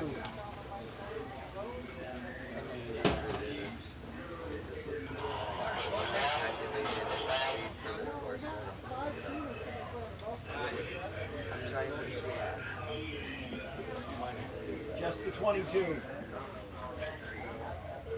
22 is the only one over. Thanks, Barry. 22, which is Matt. They, I was talking to Max. I couldn't see the water.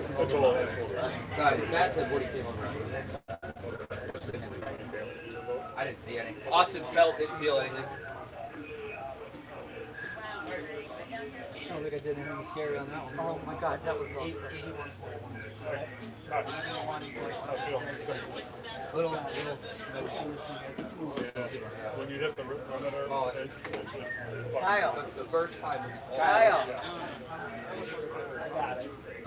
We could get the setup a little better. Before I went from the left direction. 1 mile an hour. Could have shot in the feet. I could have came up here.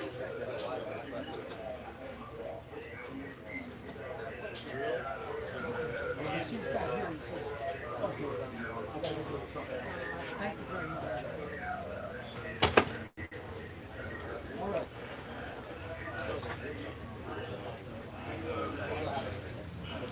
He's a young kid. He started out in the 2.5 liter stock, and then they went to the Hydro 350. And last year he was at a race and the entire left sponson ripped off the boat and just blew it in half. And I mean, that's just devastating. And so they still got the boat on the trailer, but half of it was in the back of the truck. And they took it home and spent the winter rebuilding it. They widened up the center section some and made a lot of changes to the boat.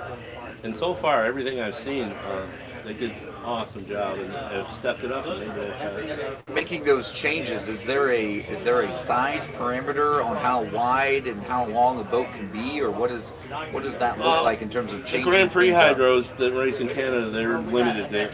I think it's 52 inches, or it's a number. You're not supposed to go wider than that. In these limited classes, it's up to you. You can do what you want. There's a minimum weight that he has to make, and some of the classes it's the boat and driver together. So if you set a record or win a title like yesterday, the Eastern Regional title, the first thing they do is weigh the boat when you come out. Hey Scott, no And worries. Any little thing I can you'll know what the weight is. A lot of guys have waited before they got here, so there's no surprises.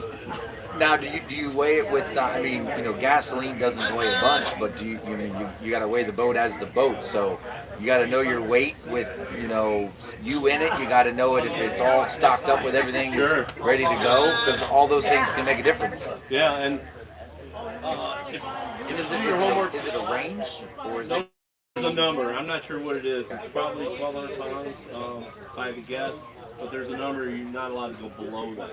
And some of it's for safety, because as you make it a little lighter, there's going to be some thin wood or thin carbon fiber in some places. And all these hydroplanes, any surface that isn't supposed to touch the water is as thin as possible. So yesterday, when a boat, kind of hops, takes a bad hop, you can blow a hole in a place. And you're weak.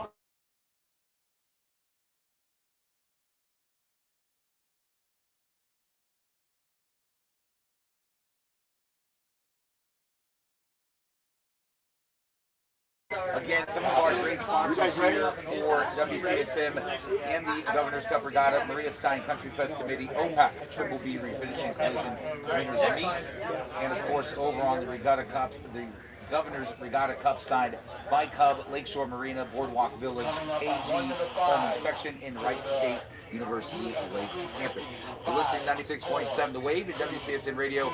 We'll be right back. Kevin. 01, Kevin. All right, so that puts us, we've got that Menards that's not color-coded, and then I got Dynamic Federal and Elmwood, right? Let's just, we will take it back. We have another race coming, or what's our status look like here? I'll find out. Is it E's next? 30 seconds. Looks like it. They're all Yeah, 30 all right, seconds. so let's To run our five. Dynamic and Elmwood, and then we'll take it back. We're a little off sync, but it is what it is. We'll just keep rolling with it. 701. Yeah. I copy you now. I'm having trouble transferring you. Yeah, the response from April was, are you going to have enough to do commercials in between races? So, yeah, we got them. She just said, are you going to have enough to do commercials in between races? And I'm like, I'd take all 12 local sponsors and just run 12 local sponsors once we get the Westwoods done. Oh, it would sound so much better.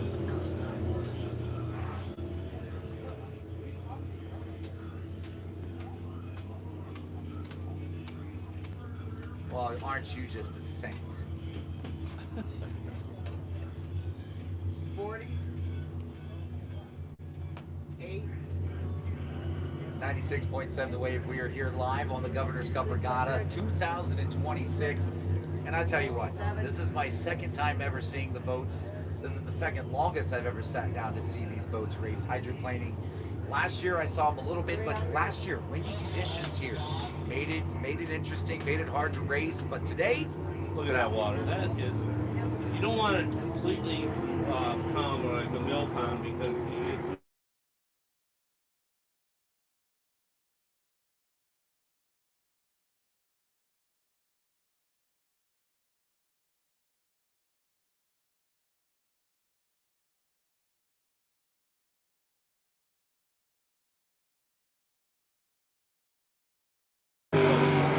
there's a boat from the West Coast, Jeff Bernard, at the Helen Beaches in Seattle.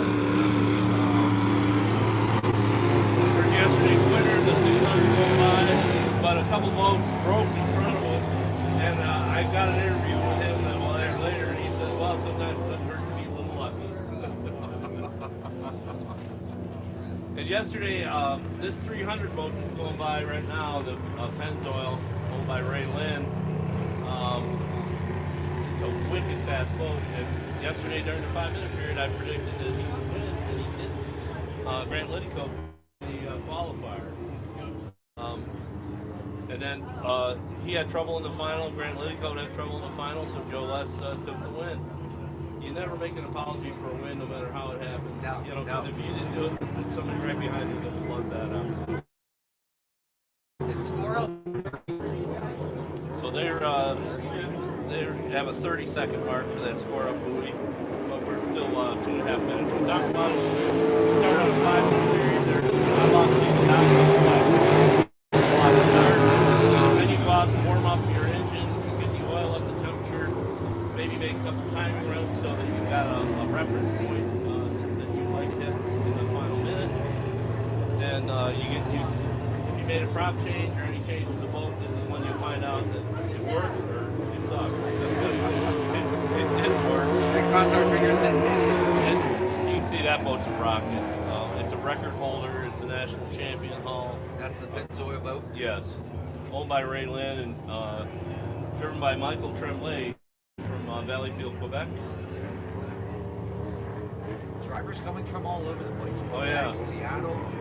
Yeah, and I suppose we got enough Canadians here. We probably should have done their end for this meeting too, but.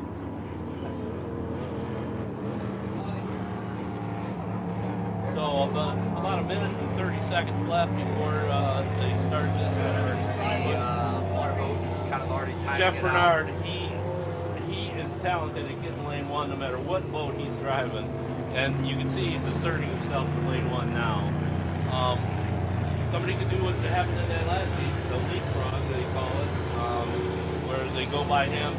But what he'll do as soon as that mark, when he hits it at 30 seconds, he'll plunge it. Try and keep anybody from getting past him and taking that lane away. But that's Jeff Bernard, lane one. He does that every time out, so I could have predicted that he'd be doing that.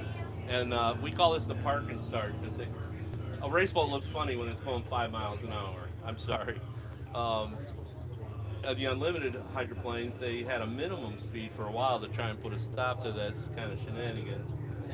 But believe me, the referee and the turn judges, everybody's really watching what they're there to make sure they don't massage the rules to their advantage. You got one. All right, so that's really. I'd be really interested if he crossed that right at 30 because he jumped the gun really fast. Yeah, and yeah, he's doing the leapfrog. He's in the lane one. It looks like. Let's see when he comes off this pit. Oh, three of them got pretty close together. Grant Liddicoat getting trapped between two boats. So here the other four are all going to go around them. Look at this start. Was that pretty?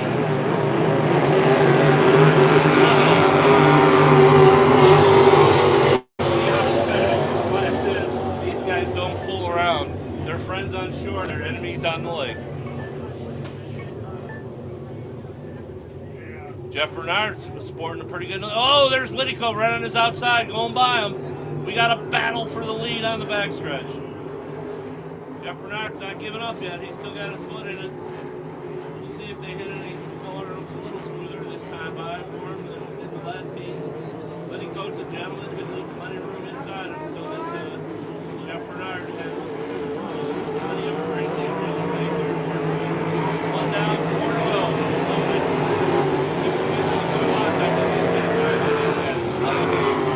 Number 40 goes by. That boat's 30 years old. Wow. That's maybe it should have been retired by now, but he's got it running really well. Lost somebody in the turn one there. Oh yeah.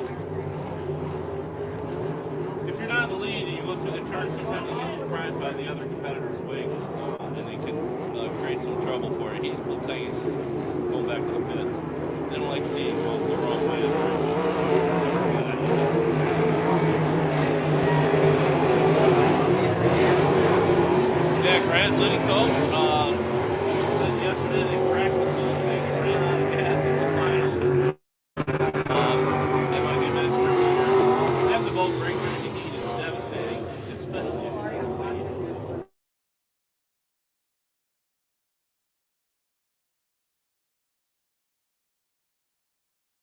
300. I predicted we would win yesterday, back in third place. Then he calls about sending, and he's sending a message to his competitors that you want to win it.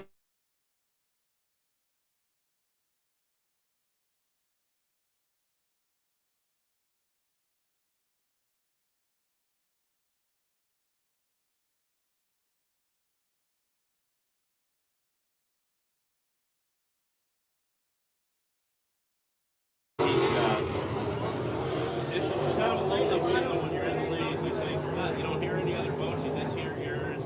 You get to run whatever lane you feel like. It's great to be in the lead in a hydroplane race. The first time it happens to you, you think, what do I do now? I mean, I'm used to chasing because not having the lead. Send it with the lead, big lead, boat number 8, the Wolverine is second, third place, 300, yep. White flag out.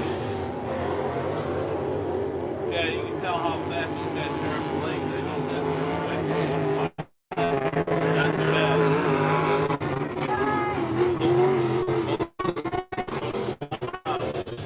Focus line, you can see most at the bottom. It's right under Ragged Edge.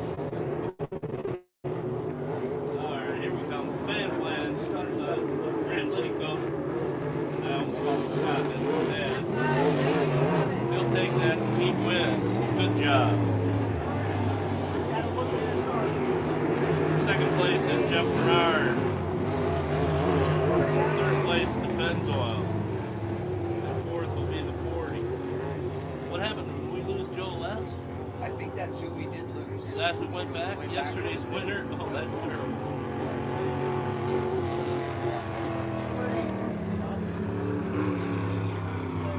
And the 40 wrapping up right there across the good heat. Finish line. That was a good heat right there. If you're just showing up, that is what we're all about here at the Governor's Cup Regatta here on Grand Lake St. Mary's. We're gonna keep you posted on what's coming up next year. We are kind of getting closer to the end of things here in terms of the morning round. Right. Plenty of racing left this afternoon, so. Oh yeah, lots of activity on the water. Come on down if you're not here yet.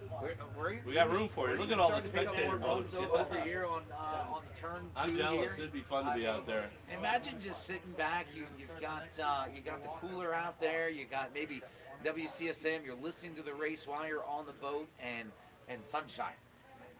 I was at a race one time and I'm running my vintage boat, so it's not for points or money, just a joyride. And it wasn't running right, and at Pontiac Lake we had a huge spectator fleet. I came really close. I was tempted to pull up to one of the boats, have a couple of beers with them, watch a couple of heats from out there, and then go back to the pits. They would have pulled my driver's card and said, you're done for the year, but it would have made for a heck of a good time. Continuing coverage here of the Governor's Cup Regatta. We've got all your food stands are down here. They're open. We're starting to get a really nice rush of people showing up here. So continue. Work your way down here to Grand Lake St. Mary's. Even behind us, we have a car show going on as well. So Dad, bring the kids. Mom, let the dad out of the house here for this Father's Day. Beautiful weather across the board here at Grand Lake St. Mary's. And again, we wouldn't be here without some of the great sponsors of the Governor's Cup Regatta. You've got the American Legion, All Pro Cleaning and Restoration, Quality Amish Cleaning, PSC Crane and Rigs, Salina Glass Company, Hazelnut Coffee Company, VFW, and the St. Henry Tile Company. And here on board at WCSM Radio, another huge shout out to Head Tone, Hoagie Funeral Home, Huseman Automotive, Maria Stein, Country Fest Committee, OPAC, Triple B, Finishing and Collision, and Winners Meats. We're going to toss it back to the station here as we continue to figure out what is going to be coming up next here for you. And we'll continue to bring you live coverage from the Governor's Cup Regatta 2026. You're listening to 96.7 The Rave and WCSM. Oh yeah. Is that what you're spinning? 82? Okay, yeah. I could hear it hit the limiter. Yeah. I remember first year back in I would 97. move that Sherwin, move it down to below the Hogan King. Oh yeah. And then that way we can, add it to that group. That way we can play this whole group, and we can. And Jay Michael. We can play. Honestly, 1 minute on the 8, jump in the gun. It looks like we're taking a break. The 8? Ladies, are we taking a break? Yes, Or we are taking a break. till So 1 o'clock. let's do this. So let's play Hey, hold all on. of these commercials. You can play Salina Tent. Let's have a hug. Ah, come on. Thanks for all your help. We don't have 10. We don't have And 10. don't forget, you stuck with You me know what? at your age. Yeah, give it back to me after Sherwin Williams, and I'll talk a little bit, and then we'll play an ad break, and then we might even play a quick song. So I'm not sure how late we're on how much is how long was the break yesterday when they took That's like one thing Pontiac's good for. Even with a little breeze, it's still pretty raceable. Yeah. Talking about, hold on a second. Yeah. We'll stop before Salina 10, and then that way when I do, we'll start at Salina 10, and I can even mention them. Slow down, Tim. Is that who drove today? Okay. You did a good job. Yeah. Okay. That makes a big difference in both that size. But that you guys got that stuff well in front of you. Good. Both weather, yeah, could have been a lunch break, and it could have been weather.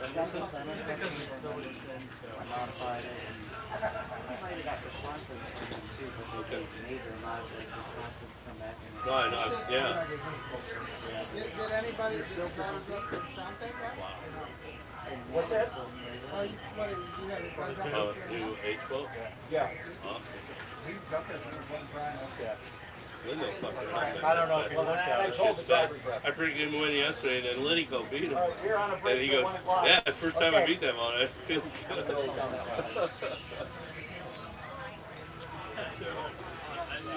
No jumpers. No gun jumpers. No? Welcome back here to the Governor's Cup Regatta 2026 here on Grand Lake St. Mary's. What a morning of racing it has been so far.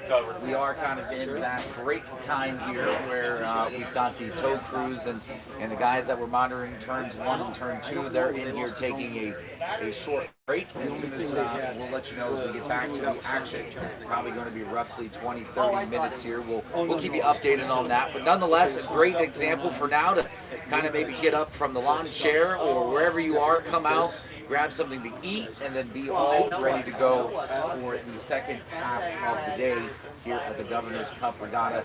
Beautiful weather compared to yesterday. I mean, minimal wind.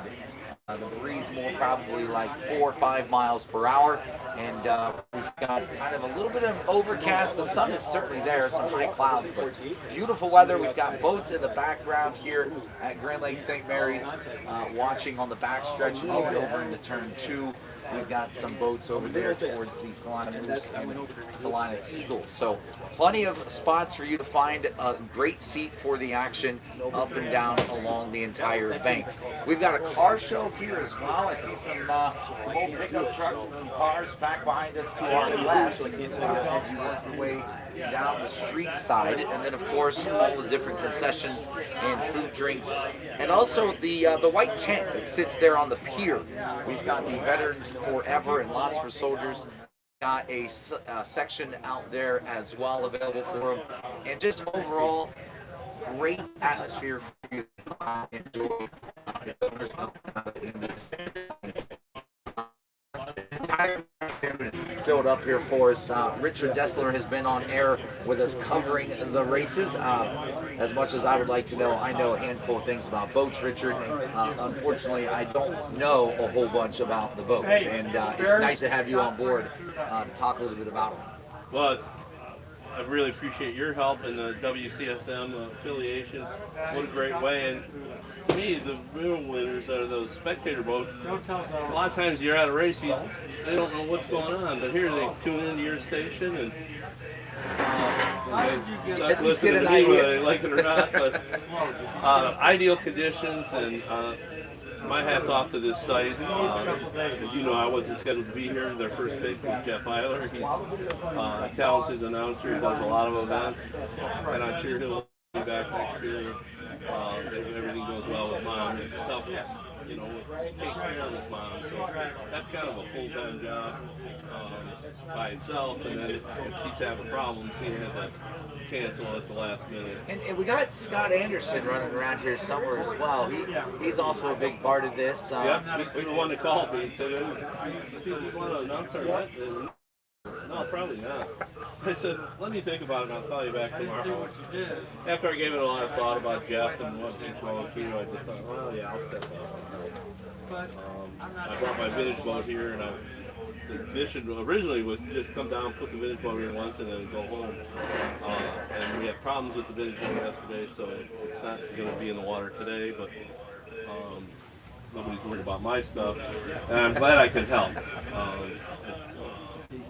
Help make this event the best as possible. Yeah, and hats off to all the volunteers as well. And that's kind of what part of this break is here. It's the volunteers that are out on the water. They get to come in and refresh a little bit. And roughly how long of a break do they tend to take? About 30 minutes? Yeah, 30, 40 minutes. I think they're scheduled to start up at 1. Perfect. So we're looking at 12:22 right here on 96.7 The Wave. We're going to take another quick break and take a break ourselves, because when we sit back down, it's going to be full-on racing from there. Winner-take-all final. It's a winner-take-all final for that Governor's Cup trophy, which Richard mentioned earlier. You know, being able to win that Governor's Cup and get your name on that cup, there's only so many names on there, and you pretty much isolate yourself in part of history when it comes to winning that title and the Governor's Cup. So, a lot of racing.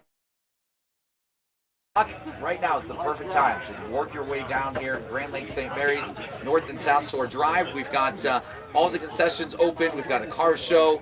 Lots of things to do down here, and then the racing kicks back off at 1 o'clock. Certainly bring a lawn chair. If you've got a lawn chair with you, don't feel like you have to stand and watch the races. Plenty of bankside here to sit down with a lawn chair and watch the racing as it occurs. We're going to hand it back over to the station here again.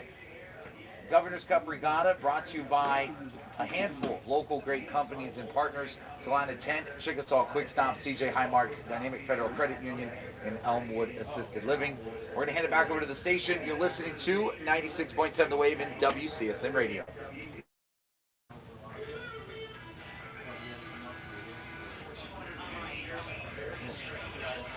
Perfect. All right. You just did Dynamic Federal. That's what you're playing, or what are we playing? Salina 10. Perfect. Let's do. Oh, that's where the. Yeah, go to. Let's go to music here. You can go. You can play all the way down to Albert. Do Albert, and then play 2 songs. And I'm gonna go track down a sandwich. And I'll be back. I'm not going to hang up, but I'm going to track down a sandwich before I run out of time. All right, thank you.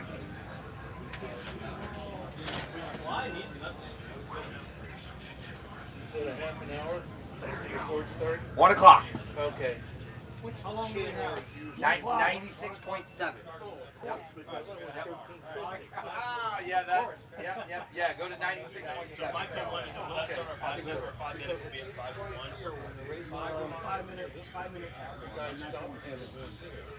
Oh, yeah. Years ago. Yeah, the feedback off of the. Yeah, that's what Richard said. He used to have a gun, but he was so now they. It scared me too. Yeah, but I'm assuming that's the countdown to the. Yeah, they kind of all coordinated. Yeah, they all know when the 5-minute gun starts. That's when the boats can hit the water, and then they all. Some of them even have radios with. They're down here communicating like. Minute, you got 60 seconds. Yeah. Okay. Thank you, guys. Where are you guys from? I'm from Dayton. Garrett's born and raised here in Salina, and I have more family than you can count on hands and toes from Coldwater and Salina here as well. My wife is from a little town called Westville, which is west of Dayton. Yeah, it's all the lot. We're in Huber Heights now. And he didn't go around trying. We just bought a house for somebody. I forget. Hey! My wife is from Canada. I don't know where they go. We're just dropping off. At all times. Or you guys will never see it. Oh, look at you I have guys. a client that lives in London. He's actually really good friend. Thank you so much. We don't know what you want us, so we make you a little advertising. You guys are awesome. 275 is in my existence. Okay. I think 4 years ago. I don't get stuff. It was on the golf cart. They broke the golf cart, so I don't know. But if you need stuff, I can. When I don't win. No, thank you very much, Greg. What's it? It says I gave them the thing, they wrote it and put you right in. As soon as I left, I went straight there because I'm like, I'm going to get sidetracked. Thank you very much. I appreciate it. You are in, but your stub, golf cart, and then they snapped the shackle off the rear end of the golf cart. So. Is that the one you stole from the moose? Huh? Is that the golf cart you stole from the moose? No, the one that was stole from the moose is just dead. Kyle went 81.1 miles an hour and the record is 82. Which is very good. I've always had that one on the This isn't a strange, you can hear me fine. My boat's in and I'm going to clarify that with Scott. We got a team survey. They have other methods. No, it says it. It says certified for records. And it Find out so I can let Kyle know because I'm not going to have to go out there and steal stuff. Great. That boat is filed over rails. We are stepping away together. Oh, you're fine. Sorry. No, you're fine. You're fine. We're just stepping away to grab some food and photos real quick.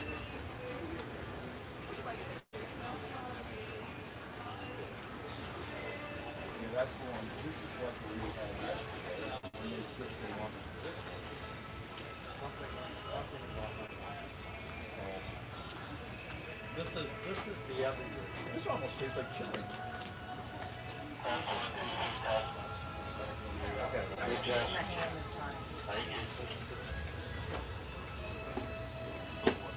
I didn't know that was you. Oh, those are great cookies. We had them last time. If you, you want to go back, probably Might not be in a minute. Why? It's very contract strong. Huh? I can't come up with words right now. Oh, okay then. Gotta find out if it's a record strong. That's good. When we were shut What radio do you have, Garrett? Circular says record.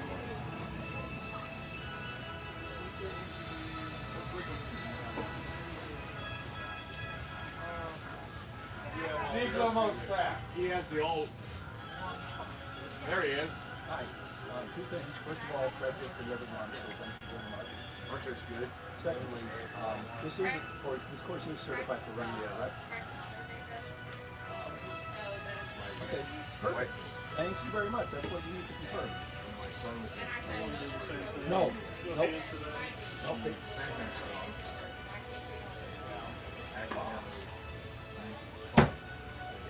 No, no. We got somebody here. Got a whole one. Salt. All right, thanks a lot. We got one. So my wife said she had to call him or text him and said, "Don't eat those cookies." You might know what's going on. Hey. Is there something wrong with his radio? You can't answer that, sir. Sorry. There's a difference. We're not from around here. Oh, okay. You can't hear sign, so I thought you can hear him. He's usually sitting there. Oh, okay. Did you figure out whose tripod cover that was? Yeah. So the anchor. Yep. I gave it to him this morning. Yeah. It was the live stream, guys. Yeah. That's what you thought. That's I'll go to live stream. Maybe it is. Maybe we're just Now, not. if you look at the frequency. I don't need to see it. What did he run? 81 what?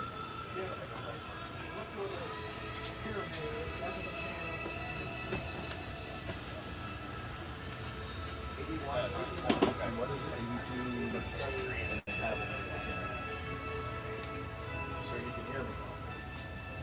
Because I found out around the board, only 5, 6, 7 people. When they first started going out there, they were leaving what I thought were foil patches behind them from the drone shot. I'm going to be with you in a little bit.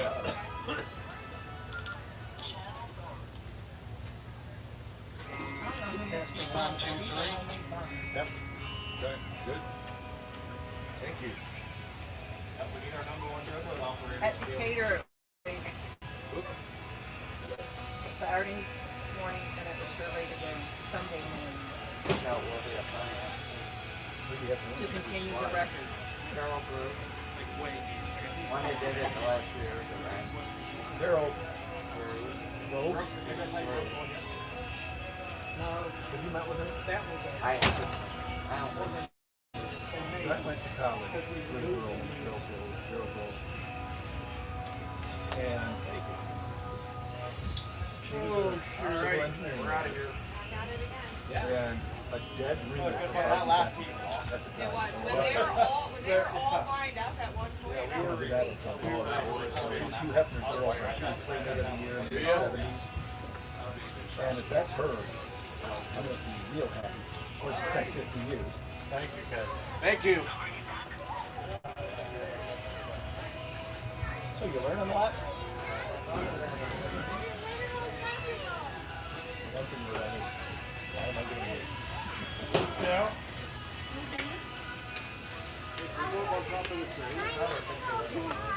What's the second one schedule? Same. The same as printed. Without the change for the Q&A. Okay. Nope.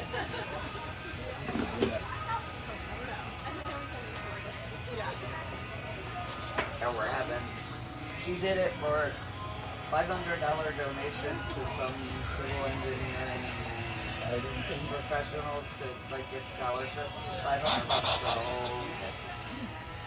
It's about $5,000 maybe. Huh? Oh, indeed. And she got to add it. We're giving her an add. I can hear that. That's a fair trade. I don't know. We got. I was having all kinds of So problems. much help and time. We got a landscaping company's going to be there in case we do damage to the park. Porta potties. The landscaping guy's giving us the stroller for the starting line. The trash people. Volunteer lunches. Wait a minute. Trash Sounds people like you hit the volunteer second lunch? song. No, all those are in time volunteer. Oh, okay. All right. So I don't know if I want lunch. where are we at commercial-wise? Who when I give it I back kept to you? pushing to make my Is it chicken Hogan Camp? salad, and everybody's like, you don't need that on me. Just Perfect. do the race. Okay. Yeah, but I'm not sure if I want trash people. 12:33. I made Yeah, no, I can. enough We'll chicken take it salad back. I'll for do another 45 kind of just people. talk about the event, the raffle. I'll make it kind of short, and then we'll do Hogan Camp. Yeah, then we'll do some more music, What and did you need awards? I'm making them. You are doing that? I'll finish what I'm eating, and then we'll be off to the races, and really we'll get through everybody one time. And It's all being I did. I done found while some it's brisket, at work. and I ate most of the brisket on the way back. So I'm still not I set have some if mac. this is I just have some mac and cheese that I color want to eat underlying. before it gets cold. But Oh, it's those. Those are not the one I thought. Those are better. Okay, that's better than the lake. I thought you were going to do the oh lakes. no, That's why I Starting to said- get those overcast Those are clouds. In those colors, you said? 3 different layers. I might change up the color. I might do the white on top. I don't think it's going to rain. I think it's I don't just think I like they the did call for clouds. Let me see what they look like. I like the contrast. Oh, I love the contrast. 96.7 The Wave here at the Governor's Cup Regatta. Another beautiful day of racing here. The breeze picking up a little bit, but certainly not impacting the racing at all. And we do have some overcast clouds, but no rain in the forecast as well, at least not until later tonight. So come on down here to Grand Lake St. Mary's. We're on the South and North Shore Drive here, over by the hot water. I think they call it the hot water reservoir. I'm not really quite sure what they call it, but nonetheless, we're up here on the ramp at the judges' tent, and we've got a nice look here at the start-finish line. Already have a nice row of boats there on the backstretch as well. Hi, Sandy. Great time Hi, to Ryan. grab concessions, your 50-50 tickets, your raffle tickets. Find a volunteer because they'll certainly be able to help you with those things. In fact, I got hit up on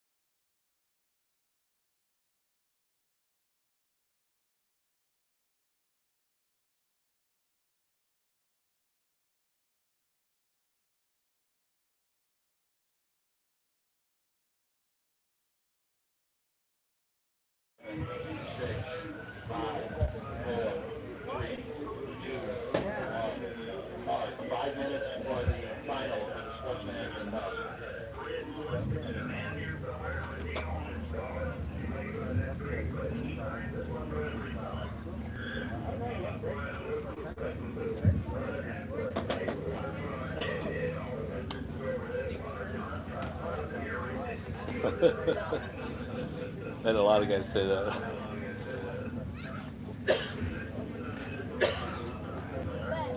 Do another one.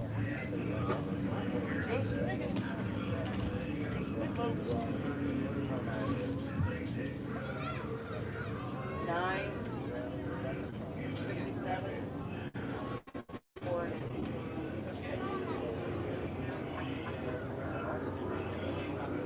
Yep, stand right here. That way you're not in anybody's way.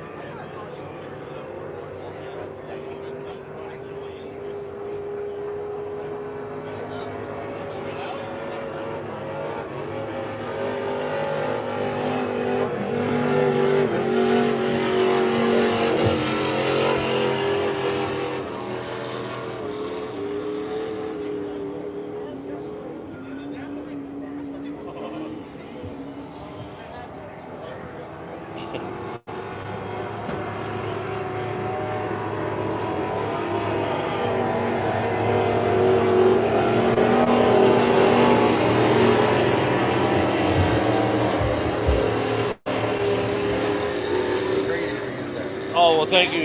You know, the reoccurring theme was almost every driver was how much they love this site. And I make sure that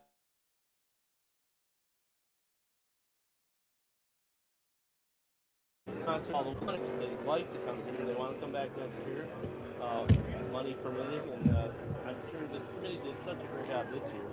I'm sure they got a lot of stuff in place already to do it again. Yeah, I heard one of the, I think the first interview, the second one, he kind of acknowledged the new buildings, and I mean, obviously you can't ignore what the boardwalk side looks like. You know, that wasn't there five, 6 years ago. No, there was nothing down there. Not much traffic either. And the other day when I was down there, there was a lot of cars driving down that road now. It used to be kind of quiet though. And no, a huge part of just the local community, it's local businesses that have helped bring all of that to life. And then, of course, having the Governor's Cup back, it just makes it even more fitting of all the hard work that has gone into this Salina region and to the Lake Improvement Association, one of our sponsors. Yeah, the list of sponsors is enough. Without them, you and I we'd be fishing or something else today. My hat's off to all the sponsors, and just to get them in line and wanting to, bring some money forward. That's not an easy job. A lot go in and you want me to what? Yeah, no, get out of here. What are we promoting? We're boat racing. Nope. It looks like we're teetering down here to a 30 seconds. These guys are on a 30.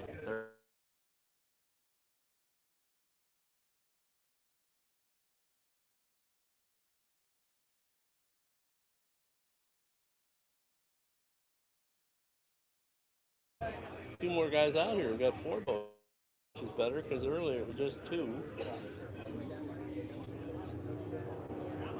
And I got a feeling, if you're a betting man, you'd probably bet on that 57 Wildfire because he's had a perfect weekend. Yeah, he's looked good today as I saw him, and you said yesterday he picked up all the wins that he could yesterday. So here we go. Yeah, and he's got lane 1, which, if you want to try and beat him, the first thing you got to do is take his lane, get up there before him, and don't let him run lane 1. It's the short way around the course. Naturally, it's the fastest way. If your boat's set up properly, you can handle the turns. Spreading out a little bit here before the start, but I didn't start my watch. I'm guilty of not knowing what time it's yet. And the 57's first, the 9, Ryan Timmerman, second place. Then we got the 4.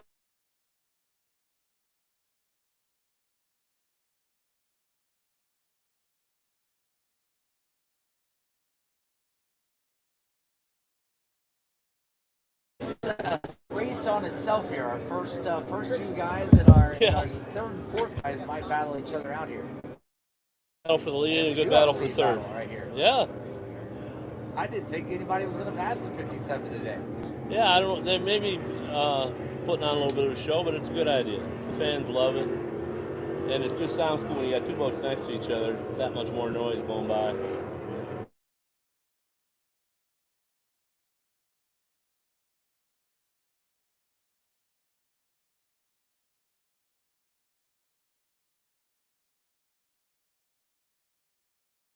Yeah, it looks cool. Our last heat of the day will be a 5-liter heat, or the E-boats. And they had the best start so far today, where 5 of them lined up and put a photo out. What a great picture that would make. A good cover photo for next year's program. Committee, if you're listening, there's your Hint, hint. Patrick Hughes going by, kind of having an Sunday afternoon cruise. They are certainly giving the fans on the backstretch there a nice show going side by side this whole race. Yeah, Ryan Timmerman and Robert Jones going at it.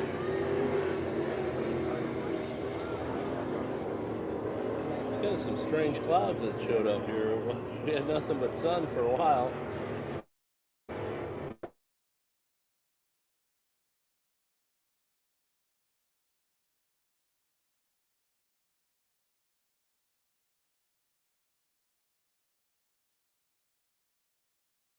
Everything down or have a weight on it, so we can go away.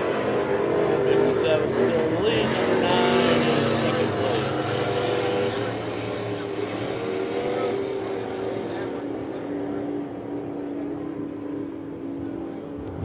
So as far as the schedule goes, the next up will be the Y boats. Great, because they put on a really good show yesterday and today. And I told you the 41, he shattered the output shaft on his gearbox, but they've got it already glued back together. Carries a lot of spare parts, I'm sure, because that boat, he races all over the country. He'll have it on the West Coast, he'll have it down south. Anywhere there's a race, you'll see that 41 with J. Max Kelly at the helm. Very talented driver, maybe one of the best ever.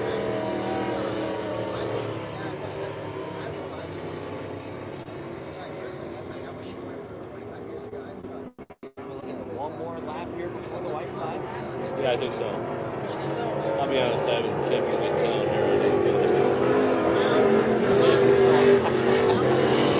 Yeah, I see a little more at the bottom of the 57.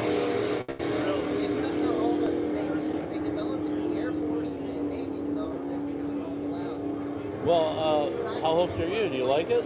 I do. I have enjoyed it. I think. Are you married? I am not married, no. Oh, well then you don't have to worry about it telling somebody that you bought a boat.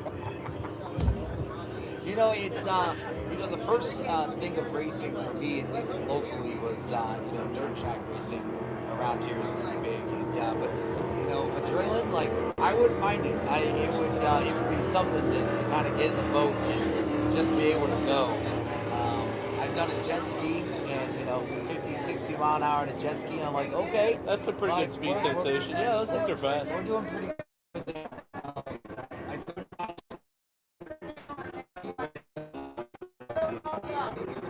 Well, his hometown of Decatur, Illinois. I'd ride one of the Jersey guys who take him for a ride. And the best part was watching him suit up. The life jacket didn't fit him that well. And he got in and went for a ride. And same as me, he got out and said, I'll never do that again. And it was, I paid the guy $50 to take him out, and I said, give him the full money, no easy treatment. I want him to be scared. And we talked about again this year, and he said, yeah, I remember it. I'm never doing that again. Yeah, I feel like, in terms of starting point, are these, someone who wants to get into hydroplaning, is this kind of a good starting class for someone? Well, that one boat that tested the beginning of the day, that's a T-boat. And you can race a T-boat in the inboard hydroplane division of the American Powerboat Association when you're 14. Any other classes, the Ys, the Essays, you got to be at least 16 or 18, and a lot of drivers as kids, that's where they start with the same boat. You know, their straightaway record is under 100, it's like 95, so less chance of injury, and a pretty competitive class on the East Coast. They'll have 8 or 10 of them show up at most events. So you get into boat racing at the youngest age of 14. That's an inboard. If you want to start earlier than that, the outboards will let you run when you're 9. Oh, and it's so much fun to watch a 9-year-old kid get in a boat.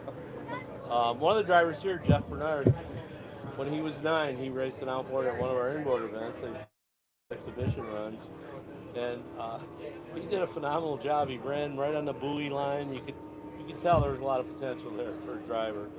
And I kid him because when he was this big, he liked to sit in my boat because it's a small boat, he could see out. And he asked for the helmet. He put the helmet on, sit down in the seat.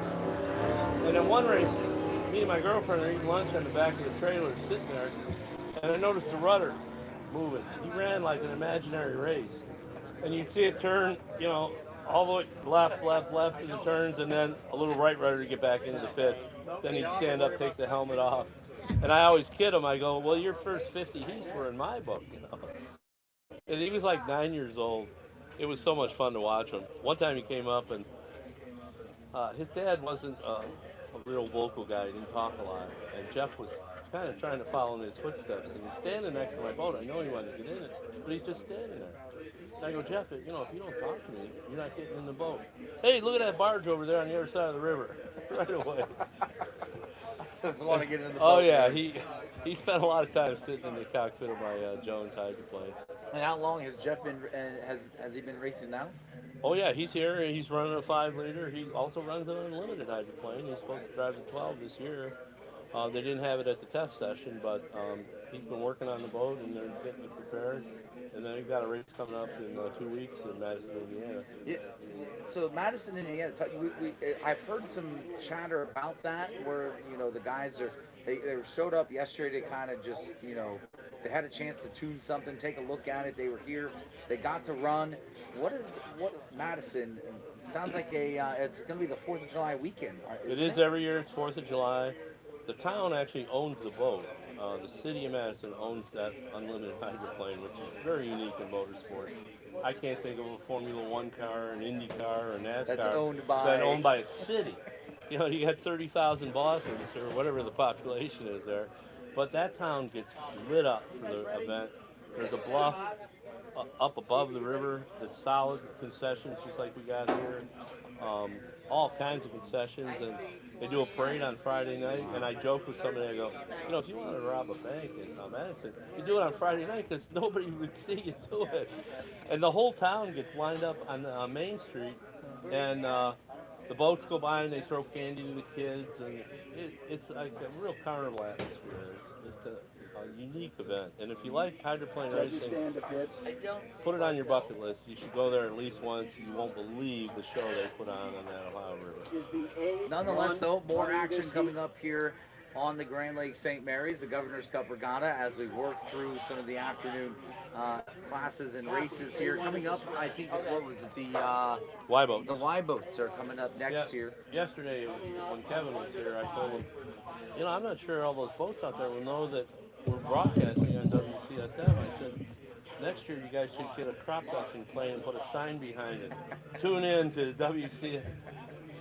I mean, the committee's doing a great job. They've got it up down here. If you're not careful, you can hear yourself in the background occasionally. But no, hands down, it's been an awesome experience so far for me to sit here and actually get an up close view of the boats, and truly, at the end of the day, with your help, have a better understanding of what's going on, because I didn't grow up around boat racing. You know, you got a lot of time. You could buy a boat and show up next year. Buy a boat and show up next year. I do know one guy, the guy that raced for a lot of years, a very unique name, Einar Glasses. He named his boat the Wild Viking. He built it himself, but he went to a race as a spectator with a friend, and ended up falling in love and bought a boat while he was there and took it home. Hey, honey, look what I got. it's if you want to test your marriage, it's a real good way to do it. A lot of marriages have experienced some problems because of boat racing over the years. I mean, I would assume that with, you know, any kind of race team. I mean, I've got a family friend, you know, Chris Reckons. He's a tractor puller, Oh, wow. and I mean, when it comes to tractor pulling, I mean, just like these guys, you're maxing out RPMs. Like you're forcing that engine to do something that it isn't designed for. Correct. And you know, one way to test a marriage is when you go out and you break something, and Yeah. And then you got to write the check to replace it. And it kind of tests the crew. This isn't a Y boat. I wonder what. Maybe they're running the A boats. Oh no, that's. 13 is out, 20 is out. Got a little bit Patty, of. what class is this? 2.5 miles. Okay. So I lied. I said it was the Y boats. It's the 2.5 miles. 2.5 miles. Yep. And that we had Marissa Bartels from the West Coast that she got towed in earlier. We'll be anxious to see if she makes it back out. They are in that 5-minute mark period, so she'll have that 5 minutes, and I believe that might be her, right? Yeah, that could be her. It's kind of a long way away. I can't tell. When the 5-minute period starts, you don't have to leave the pits immediately, and if you have trouble, all you got to do is you got to have it up and running when we hit the 1 minute mark. If you're not running at the 1 minute mark, you're no longer starting to dance. That's Wilson in the 20. And I should get the right sheet out here for the A boats. This is the class I kind of got my start in working on an A boat with some friends. And, it's a modified class, a lot of engines. I called a race one time where there was 10 boats, 10 different engines. Pontiac, BMW, Chevy 2s, just can't even imagine. It was so cool to see that much equipment and that many engines. That's a 27 going by. Other People's Money. Other People's That's a pretty good name for a boat. Good name for a boat. Now, not all the teams name their boats like that. Some of them No. are a racing team. This one's Mustang Sally. So he's got his own song. A lot of different people have recorded Mustang Sally. You'd have quite a few choices to make to pick the right one from. And I don't see Marissa back out there, so it didn't sound good when she shut it off. And modified engine, you know, they either work and sing beautiful music and a lot of RPM, or when it doesn't work, yeah, it sounds funny and ends the day.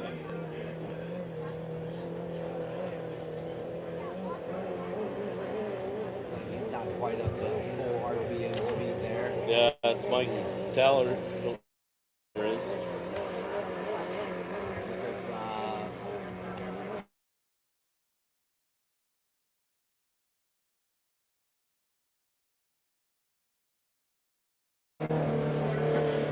Yeah, that's a 27. You might have to ask the other people for some more money. Okay, we got part of the crew heading out there to see and make sure everything's okay. Maybe even get it back started. So we're down to 2. We started the day with 5 of them, I think, and now we're down to 2.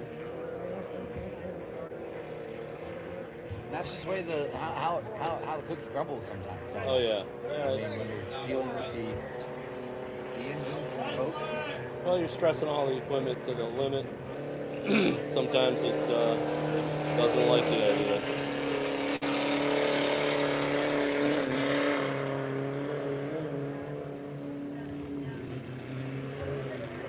So they're owned by Christina Wilson, and I think it's Reed Mel.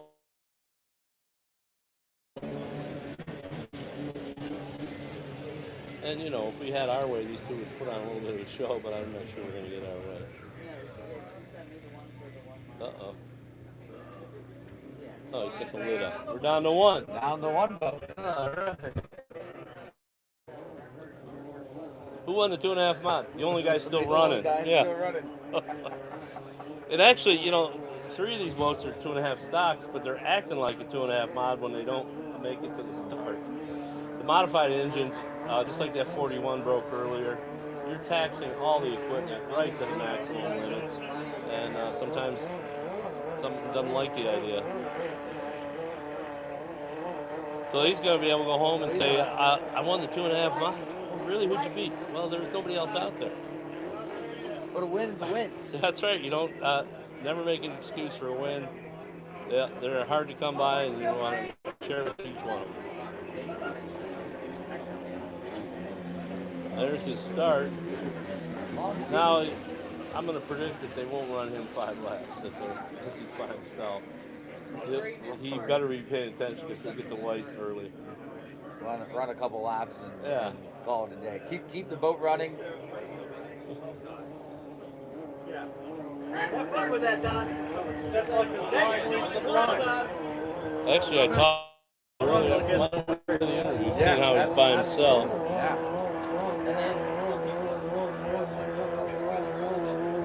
Go to white. And let's see if he makes it.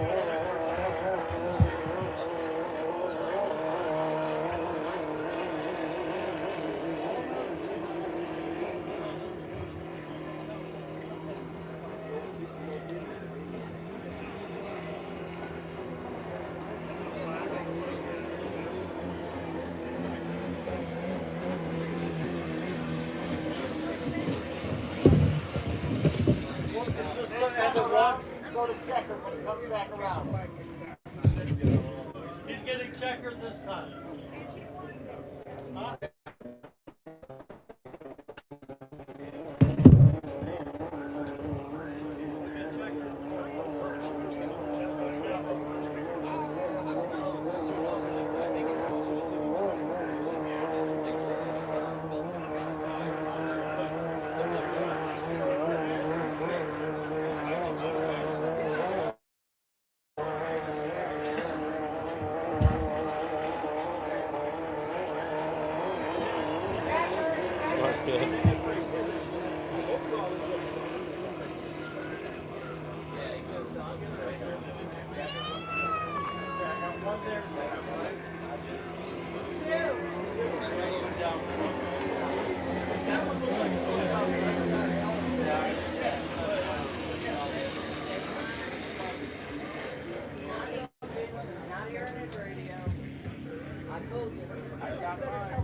That's Mike, who's going to take home the first place trophy for today. It's a good job.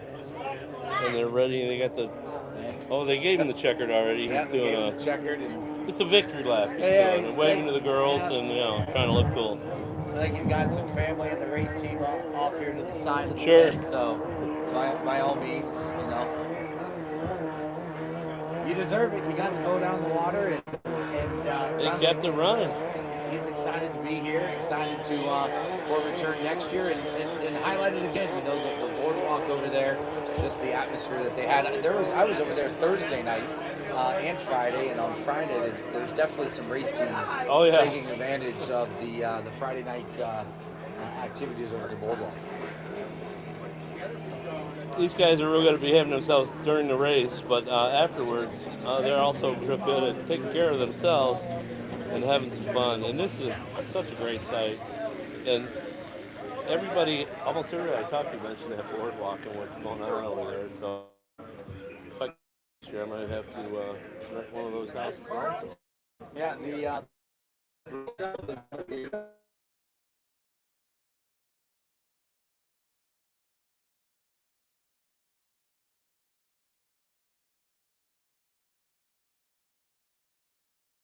Governor's Cup Regatta sponsors, and those are all, you can rent those, so people can, they also had like a boardwalk fest going on this weekend as well, Friday and Saturday, and so that's where the additional activity that people also came from. It's in tune of this and what they had going on over there. Pretty cool. Coming up next here, we've got more racing action. We've got some towing to do first, though. We had a boat out there turn 2. And we need to mention those towboat guys. They've been busy this weekend. They towed a lot in yesterday, and they got 2 to bring in today. Mustang Sally. Yeah, Mustang Sally. He's close to the pit, so you know if you're gonna break, it's nice if you break down near the pit, so you get a lot less tow time. Yep. Versus Carolyn out there, yeah, with other people's money. Gonna need some more of it.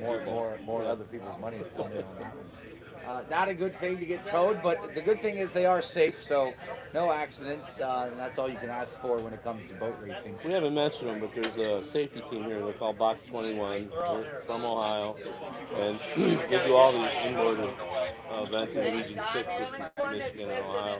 And they're a talented team. They've saved a lot of lives over the years, and they're probably the best rescue team in the country, and it's good to have them here. This truck's parked on a border in a fire lane. Can you watch it? A Challenge Electric Lima, Ohio industrial strength contractors. Your truck is parked in the fire lane at the Boardwalk Grill. Challenge Electric of Lima, Ohio.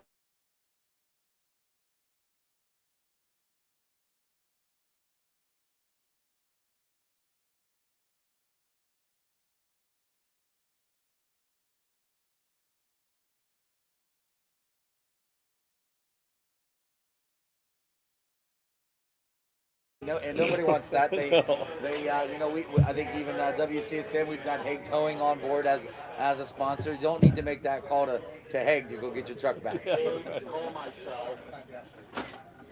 We're working on getting the boats back here to the docks before we get into the next class. What do we got coming up here, Richard? We're going to find out. What's next, Patty? 1 liter. 1 liter, all right. 1 liters are coming up next. Yeah, and we've got some more conversations we should air with those guys. You did some homework this morning. Got some morning interviews taken care of with guys making changes. And without you here, you're a big help, and so was Kevin yesterday. But if you go to a race and there's one guy talking all day, after about an hour, you could call you a dirty name and you won't hear it. So to add to the talent, I use this mini disc player, which what a handy little piece this thing is. I go through and I interview as many drivers as possible. And when you hit the pause button, it numbers it as the next track. So then I go through and write the number next to their name. Got it all figured out. And to me, it's more entertaining for the fans to hear the driver talk about the city or talk about their boat. I think it adds a lot to the fun. Anybody in this next class? We got Corey Peabody. So let's find his spot here. He posted it a while back. You just look up Hurt Motorsports or Legacy One. Go back a couple months. They don't post very often. So you should have scrolled too far to post. I don't know. Well, we're looking. I reached out to him about motorsport. Well, and it's got, I get it. You hook it to certain airbags and everything. It's worth like $4,000 for the safety video. But that's when I reached out to him. Now it's like, okay, I'll figure it. If you got a new good engine to put it in, it could do well, but it's still a if, in my opinion. I went back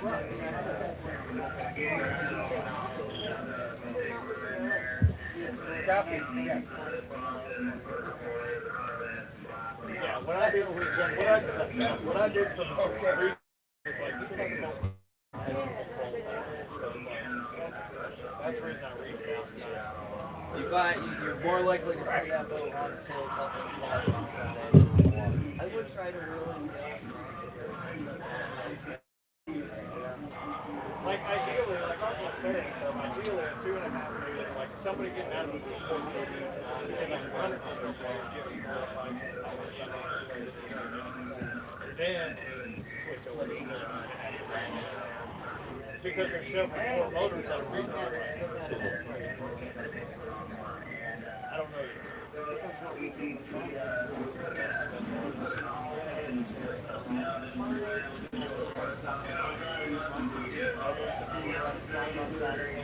Austin and I probably ran 50 each.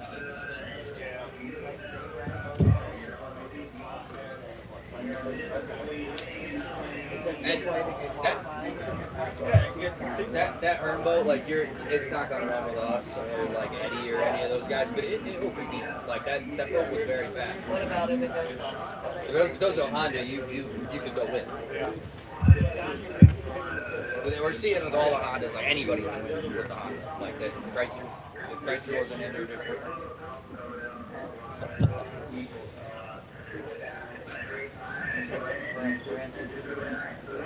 They're gonna build theirs themselves because Jim can build. Just do the 5500 package for the gearbox and the ECU.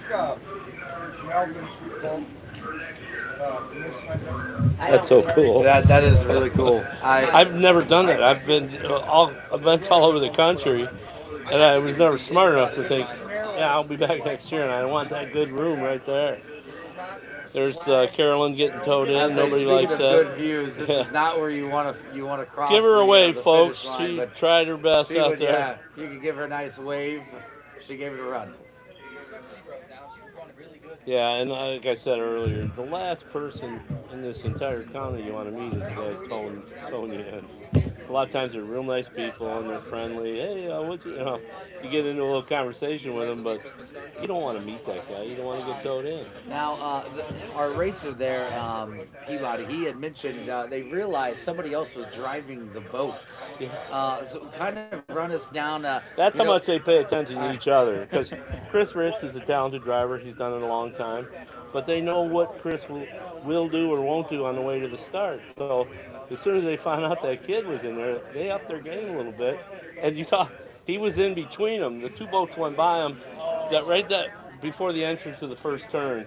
And I joke because after they get by him, they probably got close together, and he saw this. He said, we put him in the hallway. That was between two rooster tails. That's a friendly way of saying, yeah, we kind of pimped the kid with the first turn. But it's one of the things you learn when you start driving. And Eddie Camfuch has his own boat. It's not here this weekend. His dad prepares the boat, and he drives it, and he's done a great job. I think he's been driving like 3 or 4 years. But he showed up here, and we joked, your boat's not here? No. Oh, you want somebody to ask you to drive? Sure, I'd love that. And when Chris Ritz asked him, he said yes immediately. If you didn't sign on the boat at the beginning of the day, before you could go out there and race, you run to the judges' stand and sign on the entry blank. That makes you legal. And if you don't do that, they'll throw you out and take your money. You won't be counted or scored. And I know Chris is putting the kid back in the boat today. So Eddie Camfuch driving the Orange Crate, number 2. And the first boat out, Sean Bowser in the Knockout Grime. And there's the 41 that both got towed in the first seat. That's J. Michael Kelly, who's probably raced in every class in the inboard division. He's won the Gold Cup more than once. He's driven Grand Prix boats, 7 liters, 5 liters, outboards. He's run outboard races. In fact, he said his son is racing an outboard this weekend out west. So there's our retired police officer, Sean Bowser. I like talking to him because normally if I talk to a cop, it costs me money. That's always a different conversation. Yeah. I bought a house in 2008, and when I moved in, I'm out front with a glass of wine in one hand and a hose, and I'm watering the lawn, and the cop pulls. I thought, oh no, I go, what's wrong, officer? Am I watering in the lawn on a day I'm not supposed to? No, I just wanted to say welcome to the community. And I said to him, I go, wow, that's so great. I said, usually when I talk to a cop, I'm parting with some cash.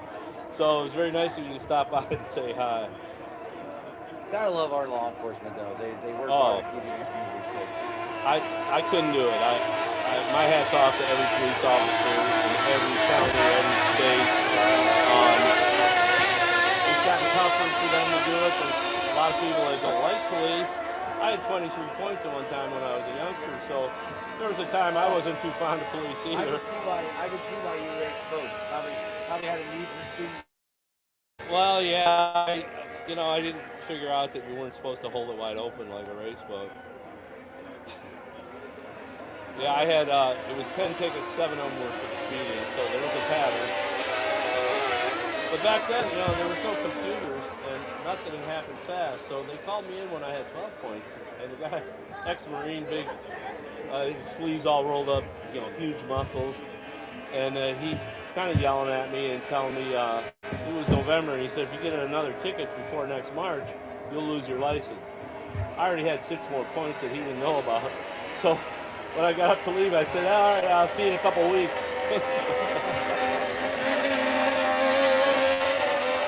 Yeah, that's the fun thing about a race boat is nobody can bother you about how fast you go. I'm surprised the judges never looked at you like, why are you going? That's the first time this boat ran all weekend. I think that's 24 in racing. Yeah, and Jim Seckler, he built the engine that's in the 9, the 41, and that one. And he told me last night, he goes, well, I'll take the engine into the hotel room and go through it for him. Boat racers have a habit of turning the hotel room into a machine shop during the off times. There's a lot of good stories about it. There's Cam Fouche cutting the course, coming through. I think I overheard the judges say about it at that minute mark. So Yeah. They got the 30-second score up. It's that blue mid backstretch buoy. Here comes Sean Bowser again. That boat's looking a little better today than it did yesterday. He's got to run PMs than he did yesterday.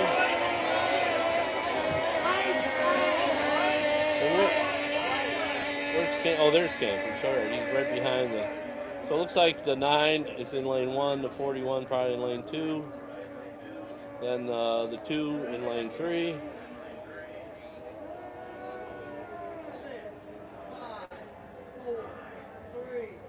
You can hear our judges counting it down to the 30-second mark. Everybody's clean. Nobody went over.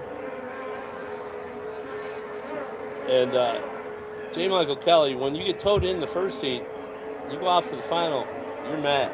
You're mad at the boat. You're mad things didn't go your way. So the boat better will take it because he's going to drive the lips off this thing to try and win. Look at that. What a good start, these two. That's Corey Peabody and J. Michael Kelly. Uh-oh. He got off the pipe and he's having trouble getting it going again. There, it's just starting to go again. He talked about it in that interview. These engines are very temperamental. Once you get it up to speed, if for whatever reason it looks like it's happened to Ritz's boat too, they call it getting on the pipe, which means getting up on plane and getting into the RPM range where the engine actually makes it a good horsepower and you get to fly the boat.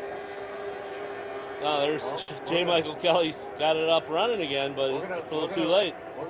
We'll see if maybe he can see how much speed he can get. I don't think he'll catch the 9. That's kind of a big lead by Corey. But him and Sean Bowser, there's a good looking shot. There's 2 of them going through the corner. At 41, the owner told me it's got over 700 heats of racing. That's a lot for any boat. And what they did today, gluing some of the metal work back together, they've had to do that a lot of times. When you run a boat that many times, you know, there's going to be some weekends where some part's going to say, I'm quit. You know, having his fun.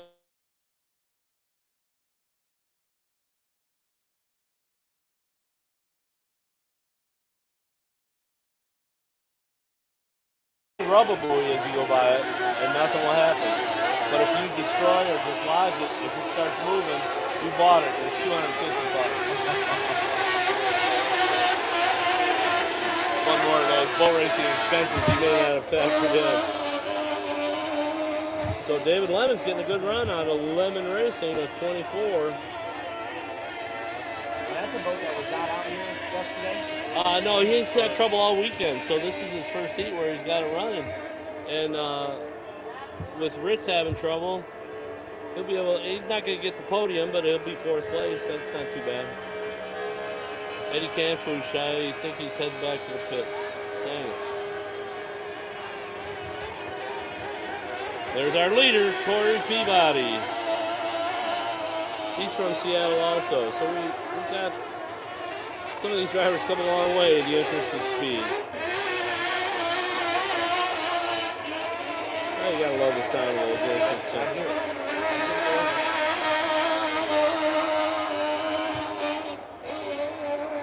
Yeah, if you managed to turn 9,000 RPMs in your car, it'd be right before it blew up.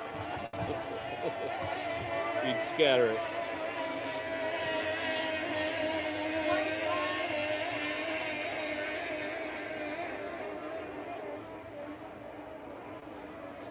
The kid's done a good job with the flags. That's thankless work there. Troy Peabody, 4 down, 1 to go.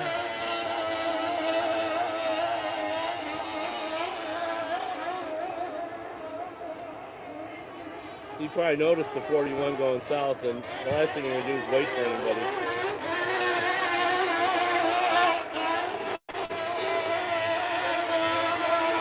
Oh no. 41 gave it up. Yeah, it made some strange sound and quit. Ouch. It'll be an expensive day for Tim Collins, the owner. All of a sudden now he's at a podium finish. When I first started racing, we used to call trophies getting a rock, and that was the mission. Is I don't care what happens, I just want to come home with a rock. That means I finished in the top 3. There's your winner, Corey Peabody. What a great job he's done this weekend. And he had a perfect day. He won the Elim earlier and won the final. And the 41, 2 DNFs. I've never seen that boat have 2 of them in one day. Second place, our retired police officer, Sean Bowser. And David Lemon in 24. Squeezing out a podium finish after not racing all weekend. Well, after all the trouble he's had, it'll be kind of a nice parting gift for him to leave with some money and a trophy.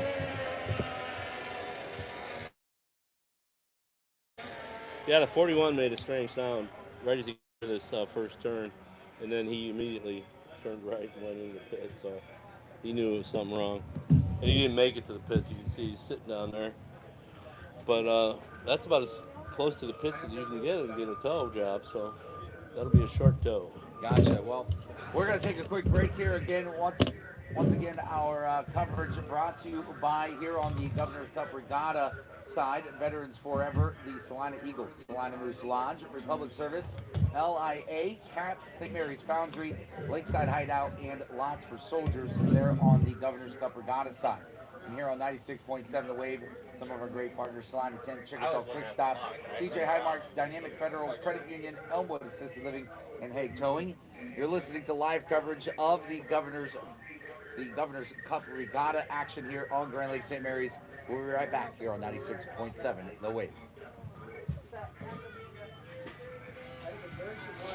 Hello. Do I have someone in the pit? Yeah, so Jennifer, I'm going to recall you, see if it clears it up. Am I echoey to you? Can you hear me?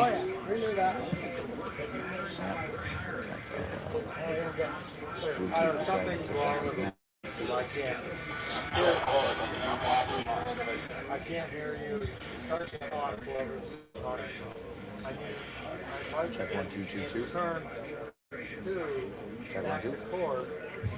Turn 1 salvage to pick up the person outside the pit. Yep. That's a great idea.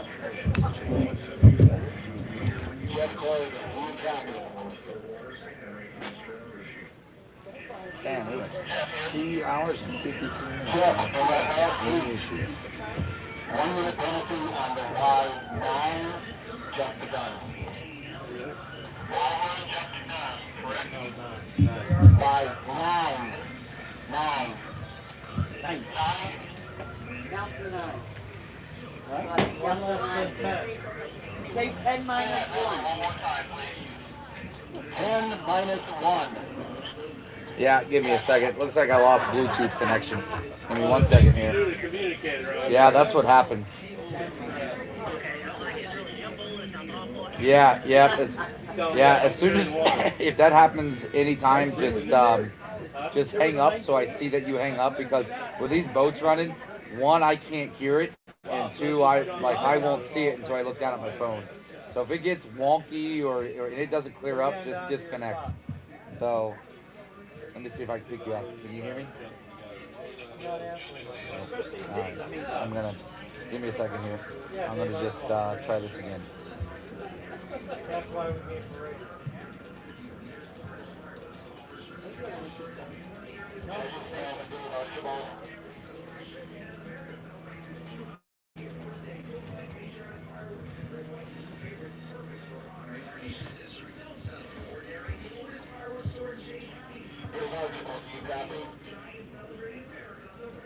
Tell him to call me. He won't copy him.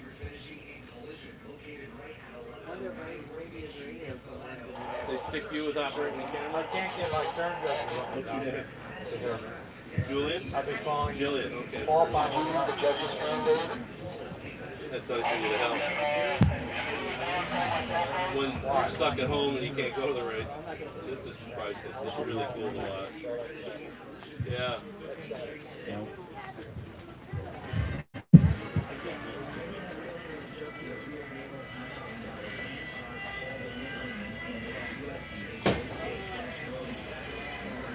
What's up?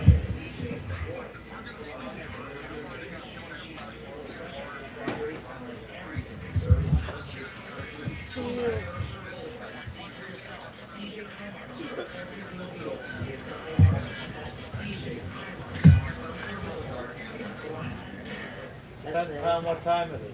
Okay. The committee wants us out of here by about 3 or 3:30. So if we have time, we will. We'll review it then. Time for what? That's fine.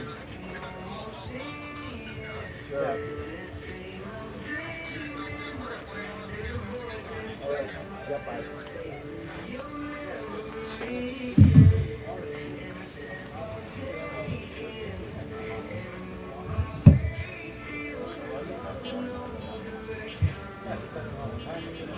I'm not gonna let him go. I'll pass forward if it's ready. Are you guys ready? Okay. We have a few boats spectacular. Yep. Record run.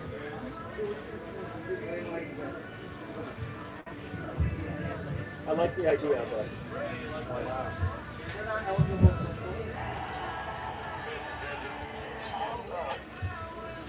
Good.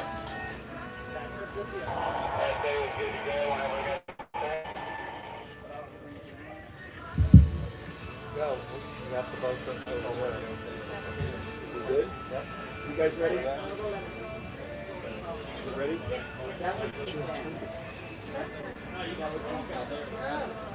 Coming up on 1 to 5 for the final for the sportsman advance class. 5, 4, 3, 2, 1, mark.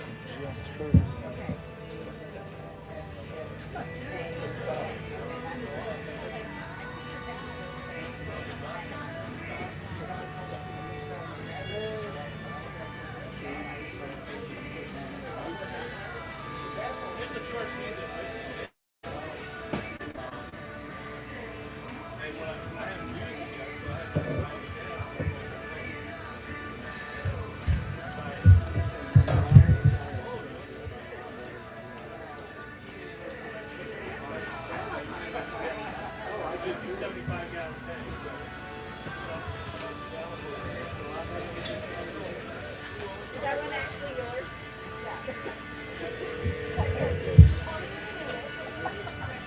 Easy, Yeah. My husband wants to buy it. Because it'll fit the back of the truck. It's me. Yeah, we're talking about mine. Yeah, after almost 3 hours, everything was going peachy, and then yeah, I think I heard a commercial or something playing as we wrapped up that race, and I was like, oh, we lost something, and that's when I looked down and saw your text messages. So, yep, just how much longer we got on this song here? 55. Perfect. Oh, really? That's Yeah, turn the roadie off. You know, they tell you for that area, the best thing is you lay on the floor, bring your legs up like this, and then put them from one side to the other. Oh, yeah? And if you can do it without creating pain, it'll actually help stretch your muscles out and improve a little bit. But sometimes, you know, they're... Yeah, I can hear it. The first 5 minutes. You had fun? Unless you want to. Yeah, shoot the crowd. Yeah, I know it. Yep. This is who's. So over here. That's right.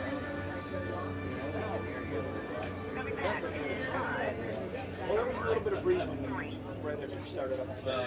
Haley Zimmerman, the climb here on 96.7 Wave. We're here at the Governor's Cup Regatta 2026. Beautiful day for racing.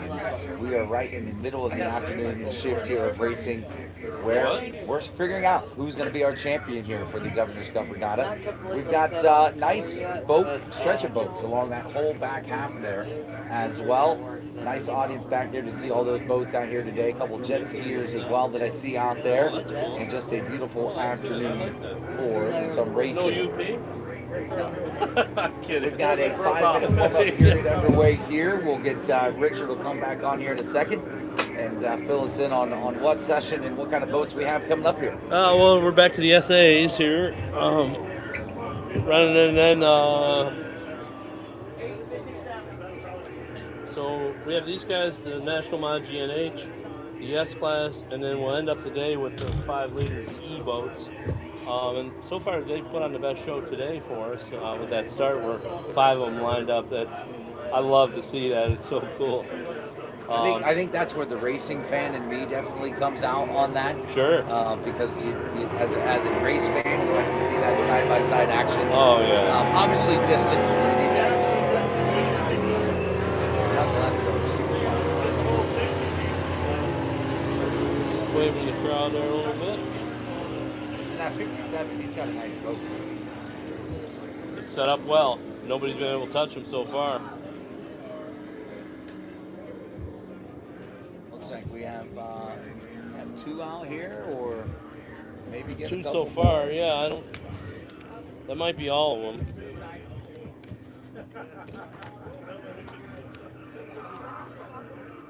Could make for a simple race here. We'll kind of see how it breaks out. Any other interviews from these guys that we haven't already played, or? Oh yeah, I think I got one here with Kevin Hughes. Let's hit that.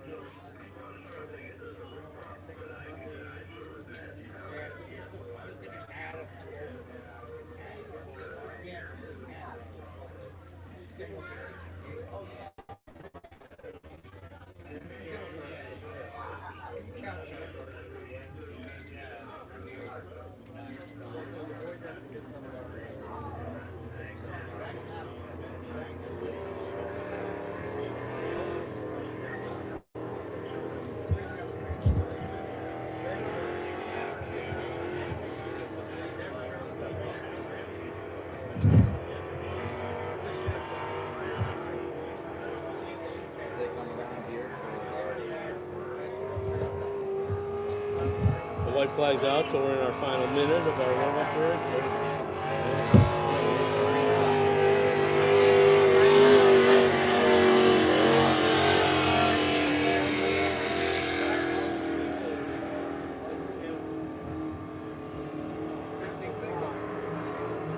Did not find the same amount of speed there. 57. No. Yeah, Robert Jones from South Carolina, the Wildfire. He's got it set up well. Can't complain And about that. show up at a 2-day event like this and things go well the first heat. Part of you wants to don't touch anything. You know? Leave it alone. You know, put some more fuel in it, get it ready for the next heat. You always got to check them visually and make sure there's not a new crack somewhere or something about to happen. With a good eye, you can spot trouble before it gets out of hand and costs you extra money. And as you know, nothing's free anymore. I started blowing, you know, a quart of varnish now, $70. I'm so old, I remember paying 12, I think.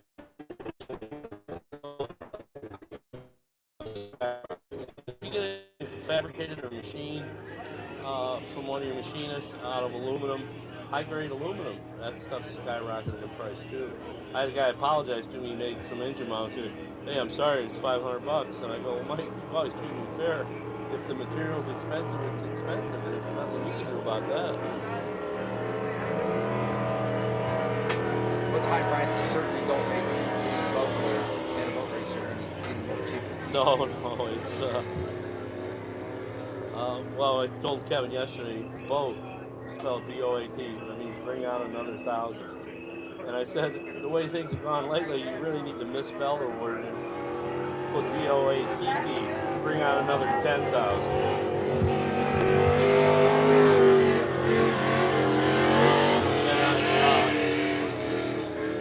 The best way to describe it, I saw a picture on Facebook, you can see a hand in the photo and it's holding a $100 bill that's on fire. And about a third of it's burned, and it says, if you could do this, you could own a boat.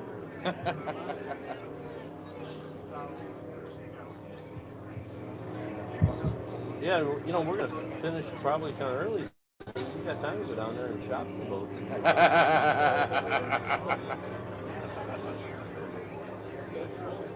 Are we gone? Yeah, we lost the. I happened to look up and it was not.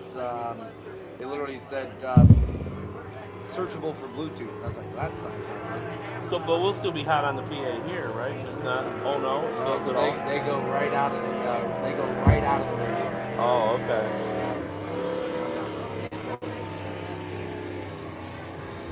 He works for 3 hours.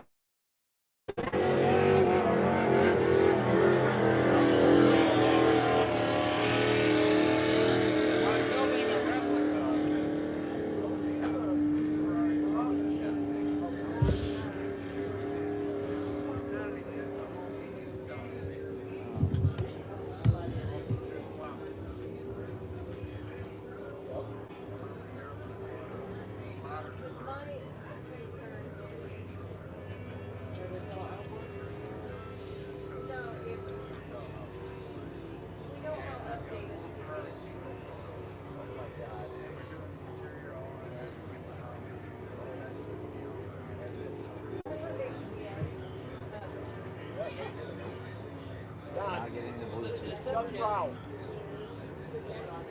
I will call you back, Jennifer. I'm not getting the Bluetooth. That was the guy's name we were trying to think of. We were talking this morning, and it's like, who's the referee that died on the West Coast, owned that Mid James Club? I don't remember his name. Just talking.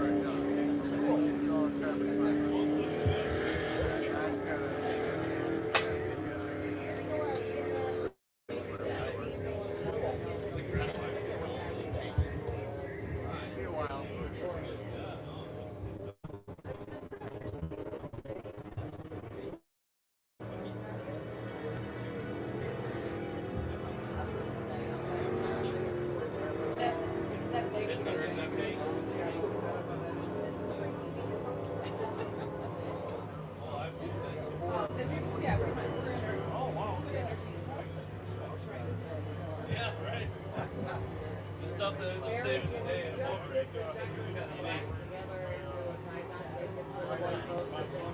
You look like you're still trying to fix it. Hopefully I'll have it here in a second. I just rebooted everything, including my phone. Look at that.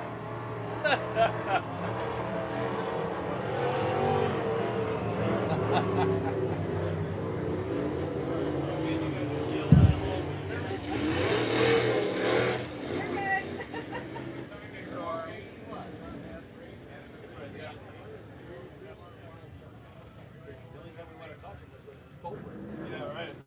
Yeah. There we go. We're back? I got a ring.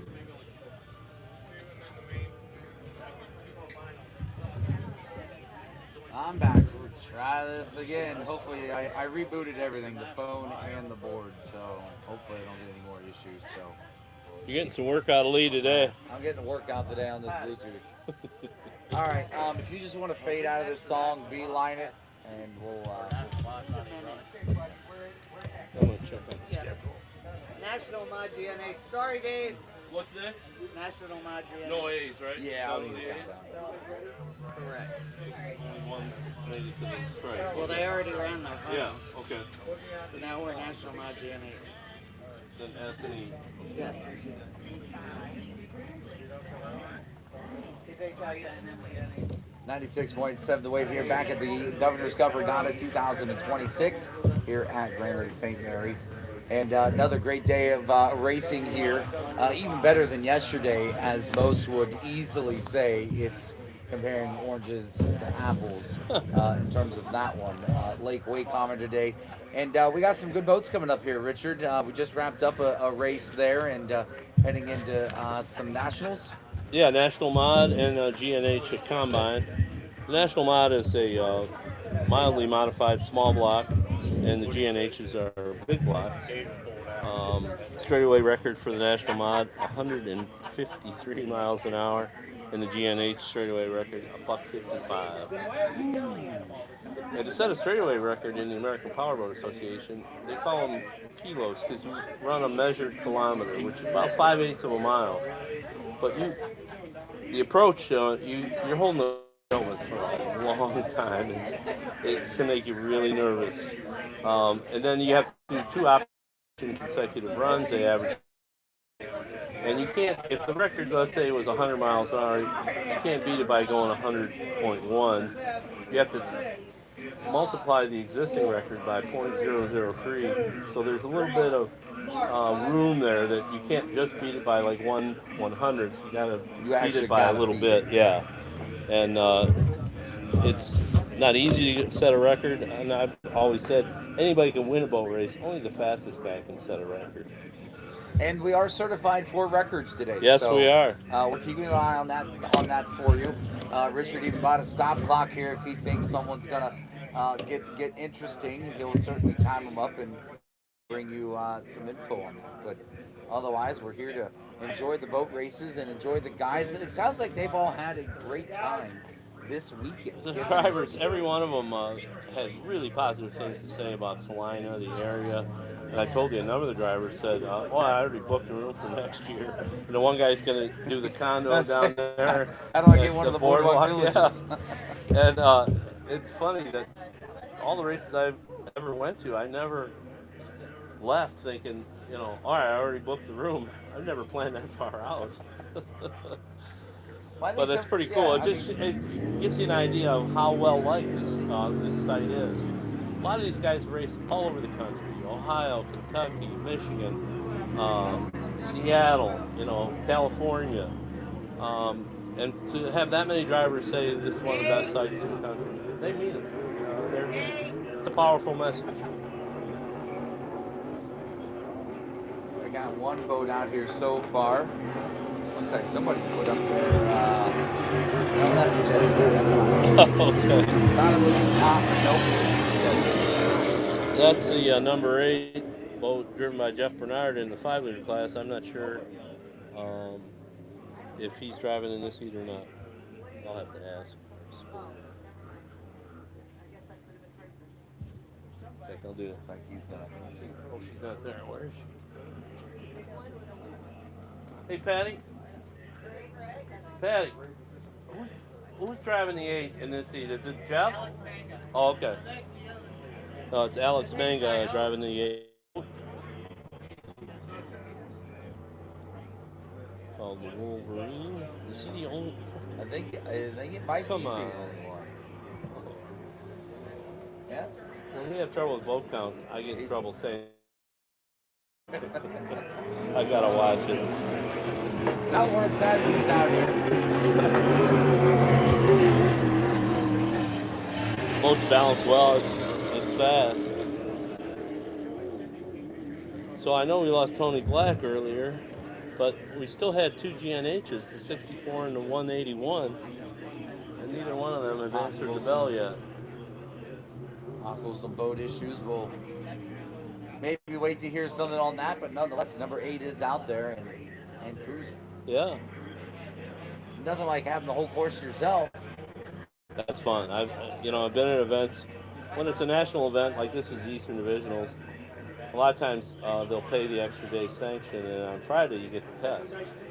And at St. Pete one time, I was the first guy on the course, and when you get the whole race course to yourself, it's kind of like a heavenly moment. You just think, oh, this is so cool.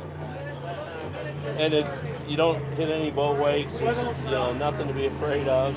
It's just you, the water, and the boat, and it's a lot of fun. It's like a kid in a sandbox. Yeah. At the end of the day. Yeah. Just you and your sandbox, and you can do whatever, you want want. out there. Yeah. Just keep it Hey, outside the Billy, boots. do you see something's broke on the boat? Do you see something broke on the boat? Oh, possibly. Around the wing area on the right. Possibly some front side damage on that boat. Yeah, I didn't notice any. I maybe saw something flapping, but I didn't think it was something out of the ordinary. But then again, He's slowing down for the 30-second mark there. Well, if you blow the start and you're the only guy out there, that's embarrassing. And, the way these guys work, everybody will remind you. It doesn't go unnoticed. Yeah, right. What the heck were you doing? Uh-oh. Oh, we got somebody out of the pits. I'm not sure they're going to score him, though, because the rule book says you have to be out on the course running when they pass the 1 minute mark, which we did. He got started. Get started? Yeah, I guess they're going to score him. Yeah, getting some official judging here.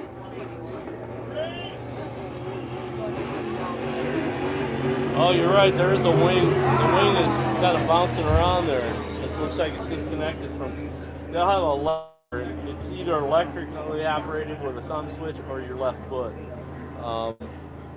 But as a driver, that'd be very distracting to see that the wing's broken before you even start the heat. Now, interesting thing here is they did manage to get this started. Yeah, it's Jeff Weddle out of Decatur, Illinois. Missed Decatur, but I'm not sure he was running at the 1 minute mark. And if you're not running at the 1 minute mark, they're not supposed to score you. But there's only 2 of them out there. Maybe they'll be kind. Who knows? But Alex Manga is kind of having his way. They're giving him the white flag already. He'll take the trophy prize money. Absolutely. Nothing to be embarrassed about. And here's Jeff Weddle. It doesn't sound good. Yeah,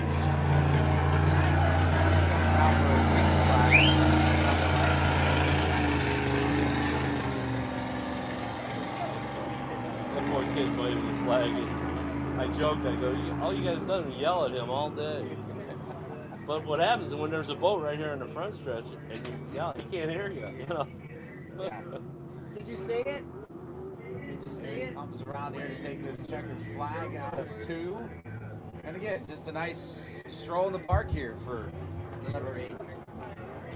Yeah, Weddle took it back to the pits, thankfully, so we don't have to tow him. And there's Alex Manga in the Wolverine taking the check. Good race action there. We'll get them all set squared, and got more action coming up here as soon as they get the other boats in and out of the water here for us.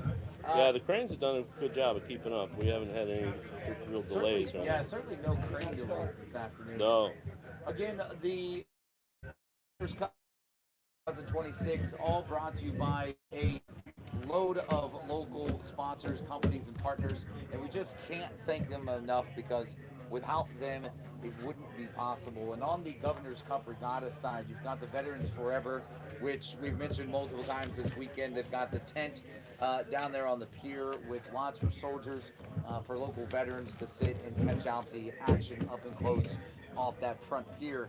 Well, you also have some other fraternal organizations like the Salina Eagles and the Salina Moose Lodge, and then some other partners like Republic Waste Services, LIA, CAPT, St. Mary's Foundry, Lakeside Hideout, Lots for Soldiers, Vandalia Rental, Stebbins Plumbing, Lakeshore Auto Sales, Bike Hub, Lakeshore Marina, Boardwalk Village, which the racers have kindly pointed out several times with some interviews with Richard, and most of them looking to probably get some rooms over there next year.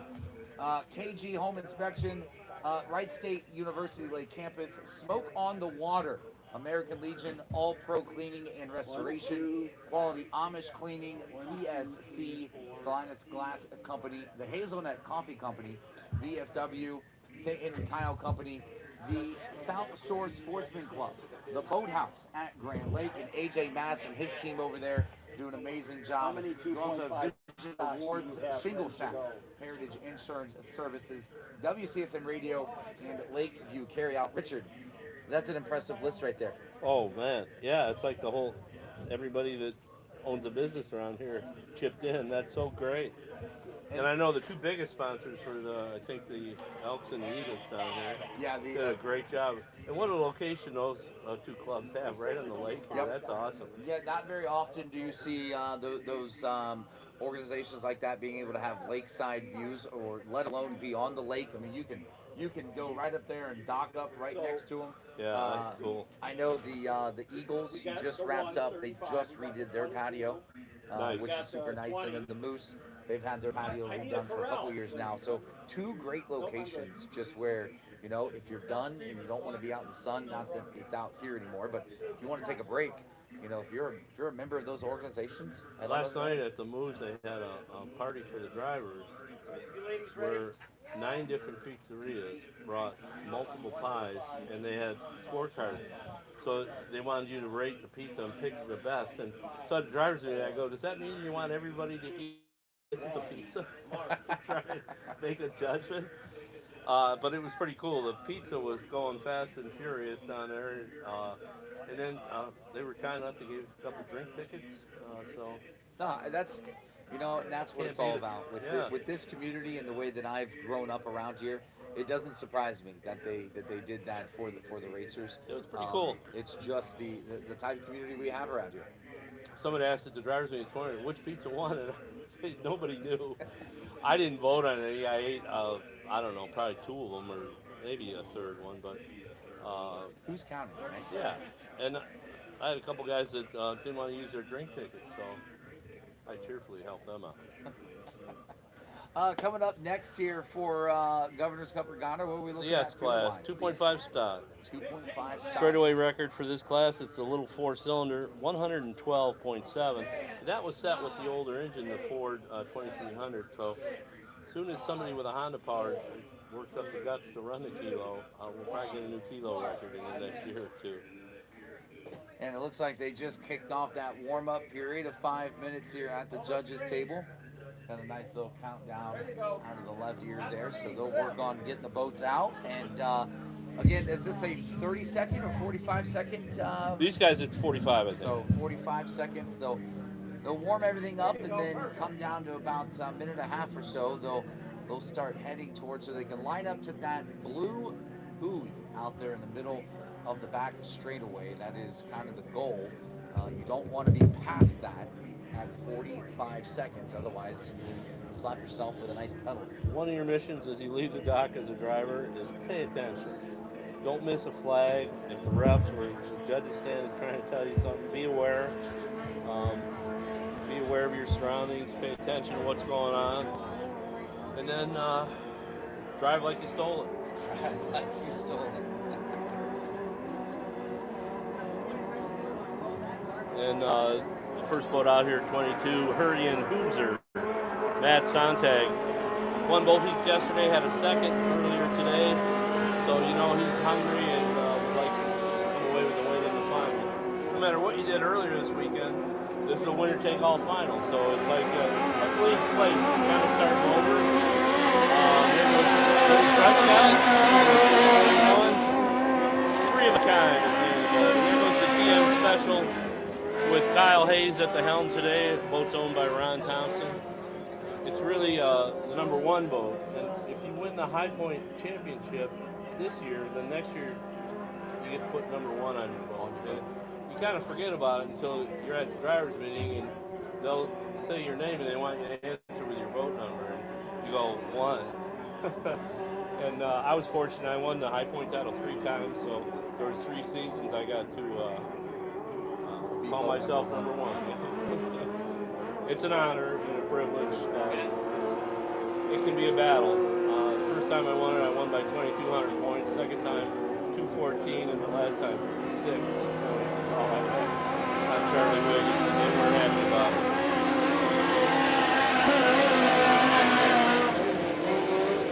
Yeah, those Hondas just have a nice crisp sound to them. You know, I love the sound of a racing engine. To me, it's like music. And you know the ones that really sound really good. Yeah. Like, that's humming. You know, in Detroit we have the IndyCar race that for a lot of years was on Belle Isle. Now it's downtown Detroit. And a lot of times on free day on Friday, I'd get a garage pass and stand behind the car while they're warming it up and listen to the sound of a well-tuned race engine. I have a little bit of a challenge here. He's going to cut the course in half. Yep. Well, I didn't set my 5-minute watch, but I guarantee the 22 is asserting. There's already a guy parked down there trying to assert himself for lane 1. So the 22 will be lane 2. But we've seen it where they established a lane, they went up near the blue buoy, and as soon as they pass the blue buoy, one guy punches it, you have to have 4 boat lanes. And the odd thing is, when you're at full speed, the rooster tail's about 6 boat lengths. So you can get a guy a little bit wet and not get called for it. He won't like you, but these guys, as friendly as they are with each other on shore, once they're out there, they leave the dock, it's everybody for themselves. It's all about me. Now, and for, you know, again, really going to show my lack of boating knowledge here, but are we fighting for a cup win here? Is this what? Well, the Governor's Cup is a weekend total, so both days will come into fact. If 2 boats won all 4 heats, then closest to the speed record in there will be the Governor's Cup winner. Gotcha. And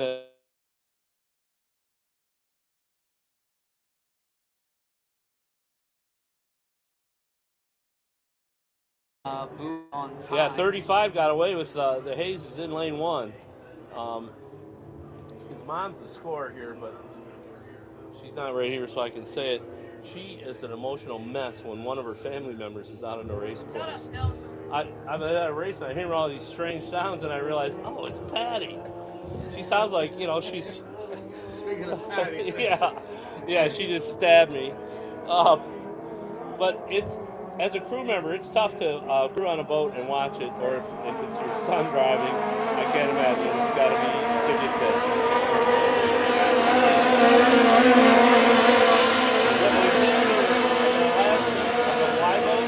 Number 9 jumped the gun, so he didn't win. Sean Bowser was the winner, and the guy that we said podium, he's second place. Second place. They'll have a camera aimed on the start-finish line, and they'll review the tape. And in the corner of the camera is a clock, and if you get out of that buoy and it hasn't hit 0 yet, you're done. Oh, look at this! We got a good battle going on here. Wow, that's Woody Prescott. Whoa, they're getting a little too close together. But when number 1 boat came out a little bit, trying to make the Woody Prescott think about it a little bit. Very, very close. He moved out a little bit. That could be a call. I'm not going to make the call. It's not my job. No, nobody cares what I think. We're just here to call it. That But was, he did drift out a lane or two, and they'll let you get away with it to an extent, but when they get that close together, that's a quick way to get the referee's attention. They don't like seeing that. The rule book says 10 feet between two boats. And you see him today, like at that 5-liter start, there wasn't 10 feet between any two boats out there. Kyle Hayes still having his way with it here. He's got the lead, but Woody Prescott right on his hip, pressing hard. you almost didn't even see him coming out. Oh, they get hit by the rooster tail, yeah.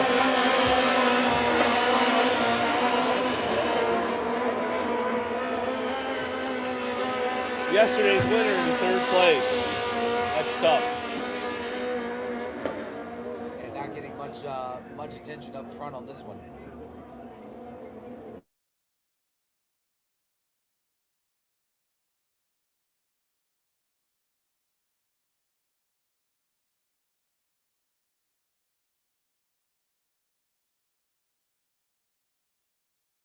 He's trying to do it again. That's why you run every heat you can and get as many points as possible. He is running great race right now. Oh yeah, driving smart. Look how light that boat is, too. You see a lot of daylight under it. That's what you want. Makes for good photo ops. You get a picture of the boat and nothing's touching the water. He was doing that. He had that same action in his last time. Yeah. Probably one of those conversations where you get back, you just make sure there's no new cracks, nothing wrong with the boat, and you don't change. Hope for the best. Yeah, right. Wax it. Yeah, the first and second place boats, I didn't ask to go around, but I can tell by the sound they're both running the Honda engine. And those Hondas seem to be kind of dominating the class. White flag out for our leader.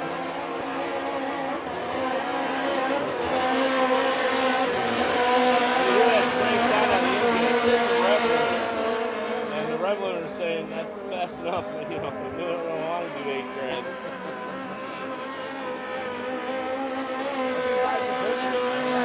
That's the name of the game. To the limits, whatever it'll take. WOT, wide open throttle. That's right. Uh-oh, look at this. Look at this. The 35, the one boat's going south. It's losing power on the last lap. Oh, that's devastating. Woody Prescott, though, he had 2/3 yesterday and a third this morning. He's going to come. This is an upset, really. Oh, no, that's the 35. He's still out front. Bad call on my part. TM Special takes the checker. 341 takes second. Yeah, sorry about that missed call. And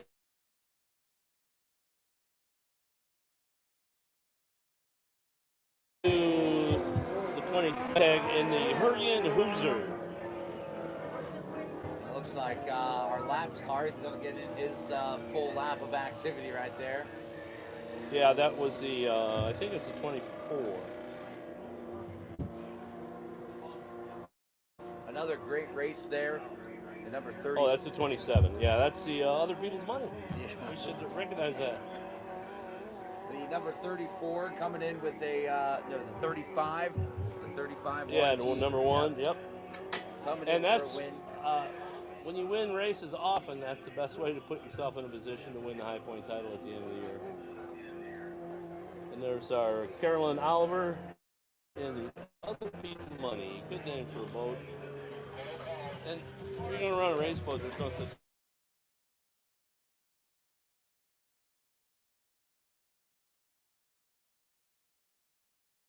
you get a $100 bill in there and it disappears. Is it really 100 or is it more like maybe more like $1,000? $1,000? Yeah, $1,000 just gone. Yeah, it's an expensive way to have fun. We are certainly having fun here at the Governor's Cup Regatta here this year, 2026. Again, we can't do it without some of the fantastic sponsors on board of the Governor's Cup Regatta. Veterans Forever, the Salina Eagles, Salina Moose Lodge, Republic Waste Services, Lake Improvement Association, CAP, the St. Mary's Foundry, and Lakeside Hideout, and the Lots for Soldiers. Again, Veterans Forever and Lots for Soldiers, kind of with that white tent down there, doing an amazing job, allowing some veterans who we obviously deeply appreciate and cannot have enough gratitude for, giving them a nice entrance. It sounds like we've got an interview here coming up for our next race. Yeah, the 5-liter class, the E-boats or the Hydro 350, if you want to use the current term. And this is yesterday's winner, Joe Les. We had a chance to talk to him this morning. Oops, wrong one. Let's we'll get that try and lined do it. up. There we go. Oh, no, that's not it either. Let's try and pay attention here, Richard. There we go.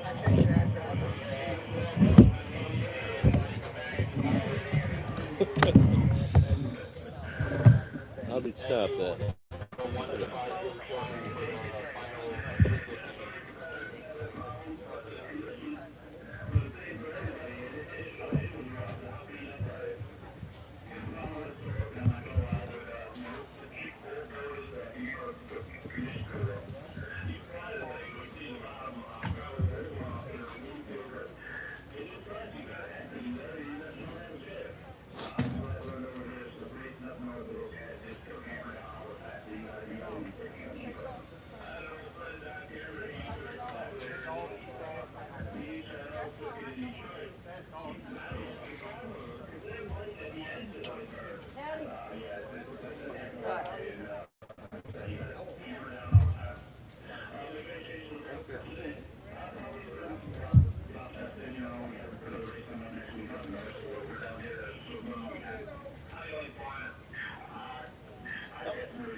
How many bucks are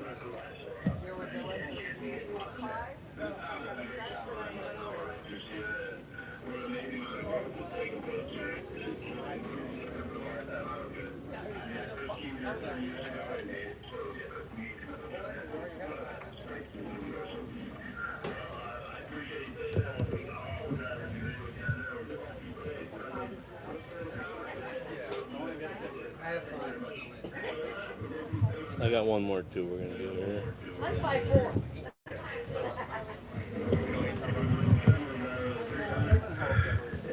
Oh, you should have heard of this horse.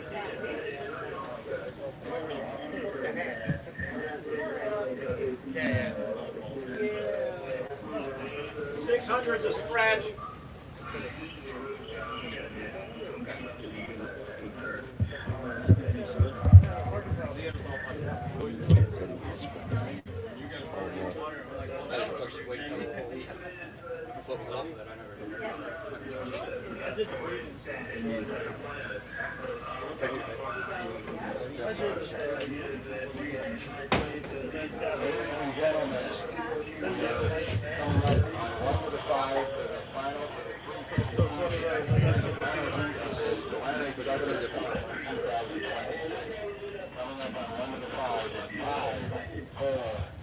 And again, just some great interviews. Drivers excited to be here. I know the fans are excited to have them here as well. Yeah, it's a great site. This good spot. You know, something that wasn't here. You know, last year was a test run, and then before that, it'd been, I think, more part of a decade, if not longer, before since they had been here last. Illinois too was just a couple weeks ago. They went 20 years without the race, and then brought it back 3 years ago. And it was amazing. So many of the local people walked up, went out of their way to say, "Hey, thanks for bringing your equipment. We love this race."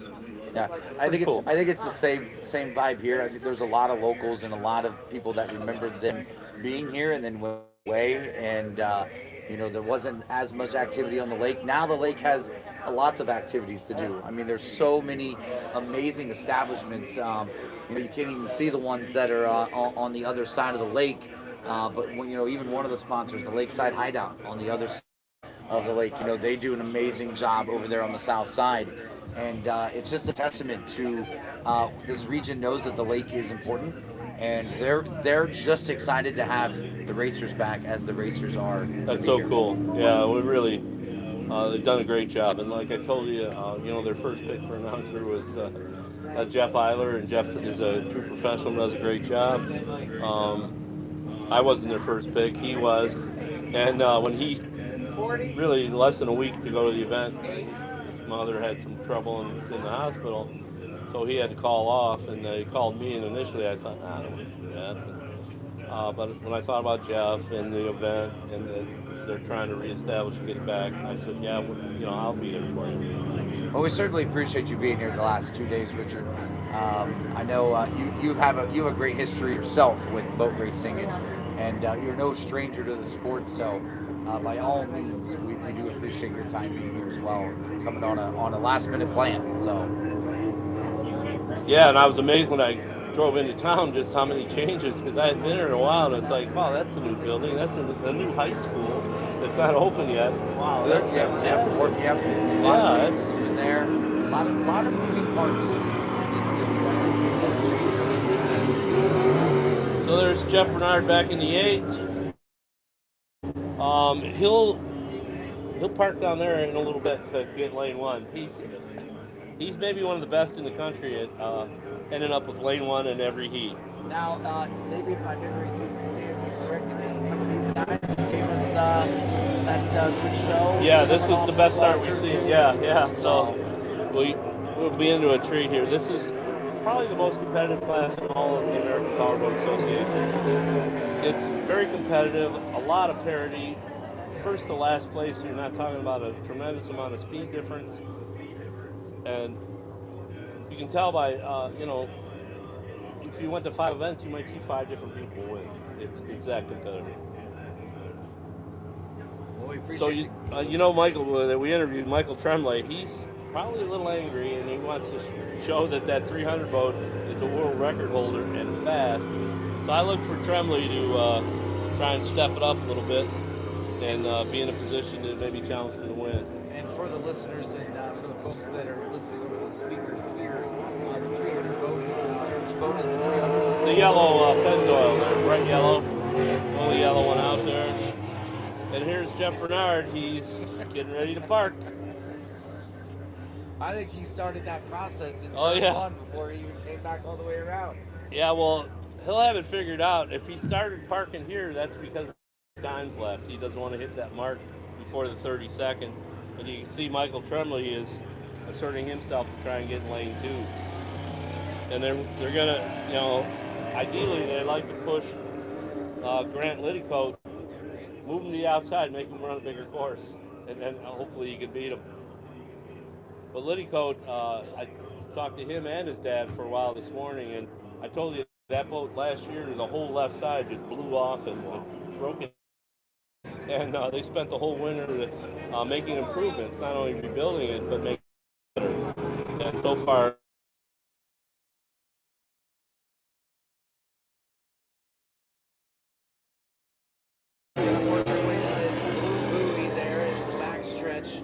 They're going to come around turn 2, and if they do anything like they did the first race, be certain to pay attention to turn 2, because they're all going to come out of that turn nearly side by side. Yeah, they're already staged up pretty close together, so we should have a similar start to what we had in the last heat when they ran, and we had 5 of them lined up right next to each other. We've lost, boat count in every class over the course of the 2 days. It's difficult, if you got to run 4 heats, sometimes the equipment isn't up for the job.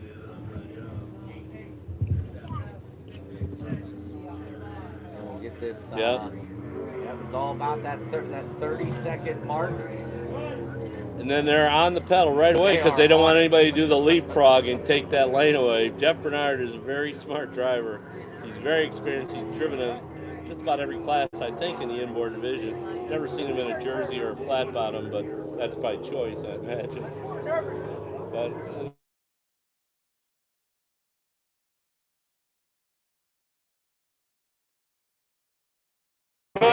spot between 2 boats. He's not going to like it. Oh! Bernard showing us most of the bottom as he went by the judges' stand.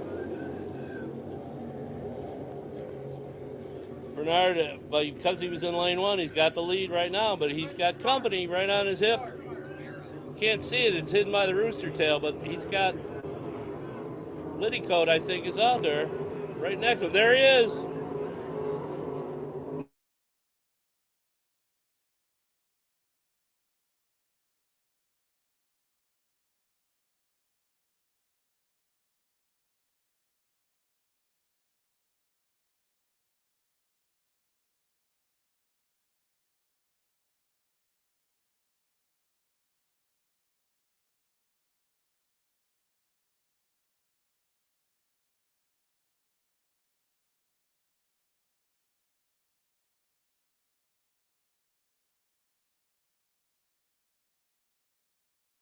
The 300 Pennzoil hanging there in the tail. Yeah, he's didn't get quite a good start. He really got his lane lost. started to go away a little bit there. Yeah, I don't know if there'll be a call or not. They don't let me make the calls for good reason. But send it, big lead already. About 3-4 rooster tails long. Jeff Bernard in second. Third is Dylan Goodell in a 30-year-old boat. And fourth place is the 300 Pennzoil. Pennzoil started to look a little bit cleaner there coming through that front Yeah. stretch. We'll see if he can get that boat up the Well, he'd like to at least more than anything, you don't want to be last. So I passed the guy one time and he goes, did you lap me? I go, no, that was for position, Ray. I just didn't want to be in last place. If Bernard's not careful, he might get passed again. Yeah. And it's got to be an engine problem or off engine because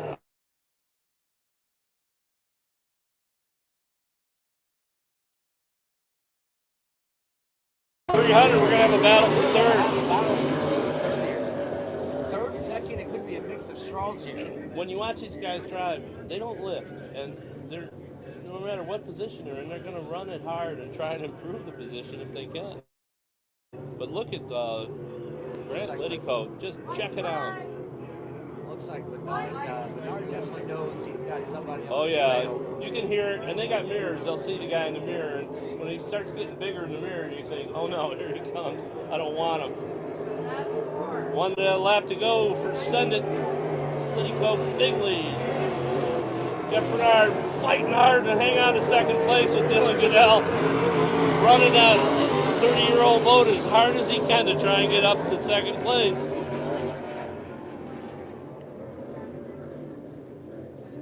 And I wouldn't be surprised if there's a little something off on the 300 because that boat's usually in the hunt for the lead. I'm surprised he's in fourth place.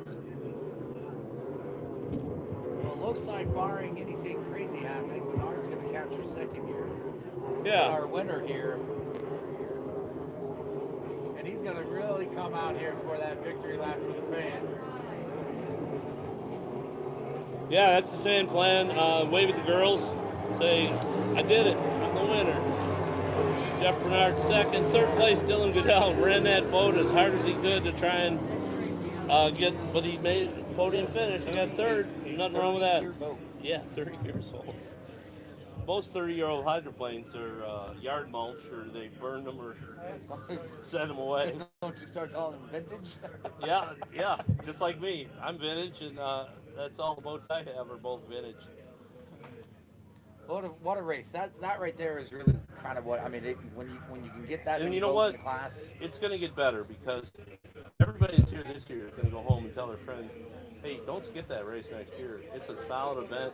Yeah, we had challenging water one day, but it's a lake, which is much more desirable than a river, and everything is here in place and perfect for the racers to show up. So I think our boat count will improve next year, and I wouldn't be surprised to see some records set on this course. 1 mile course, it's a good looking course. Nice big turns is what you want, and that's what they have here. They've done a great job. My hat's off to the committee, Scott Anderson and all his helpers. What a fabulous job they did to put this event on. yeah, you can't say enough about the committee. Yeah, Oh, yeah. Scott Anderson and the whole committee, all the volunteers, the amount of planning and work that goes into this is incredible. It's not a hobby.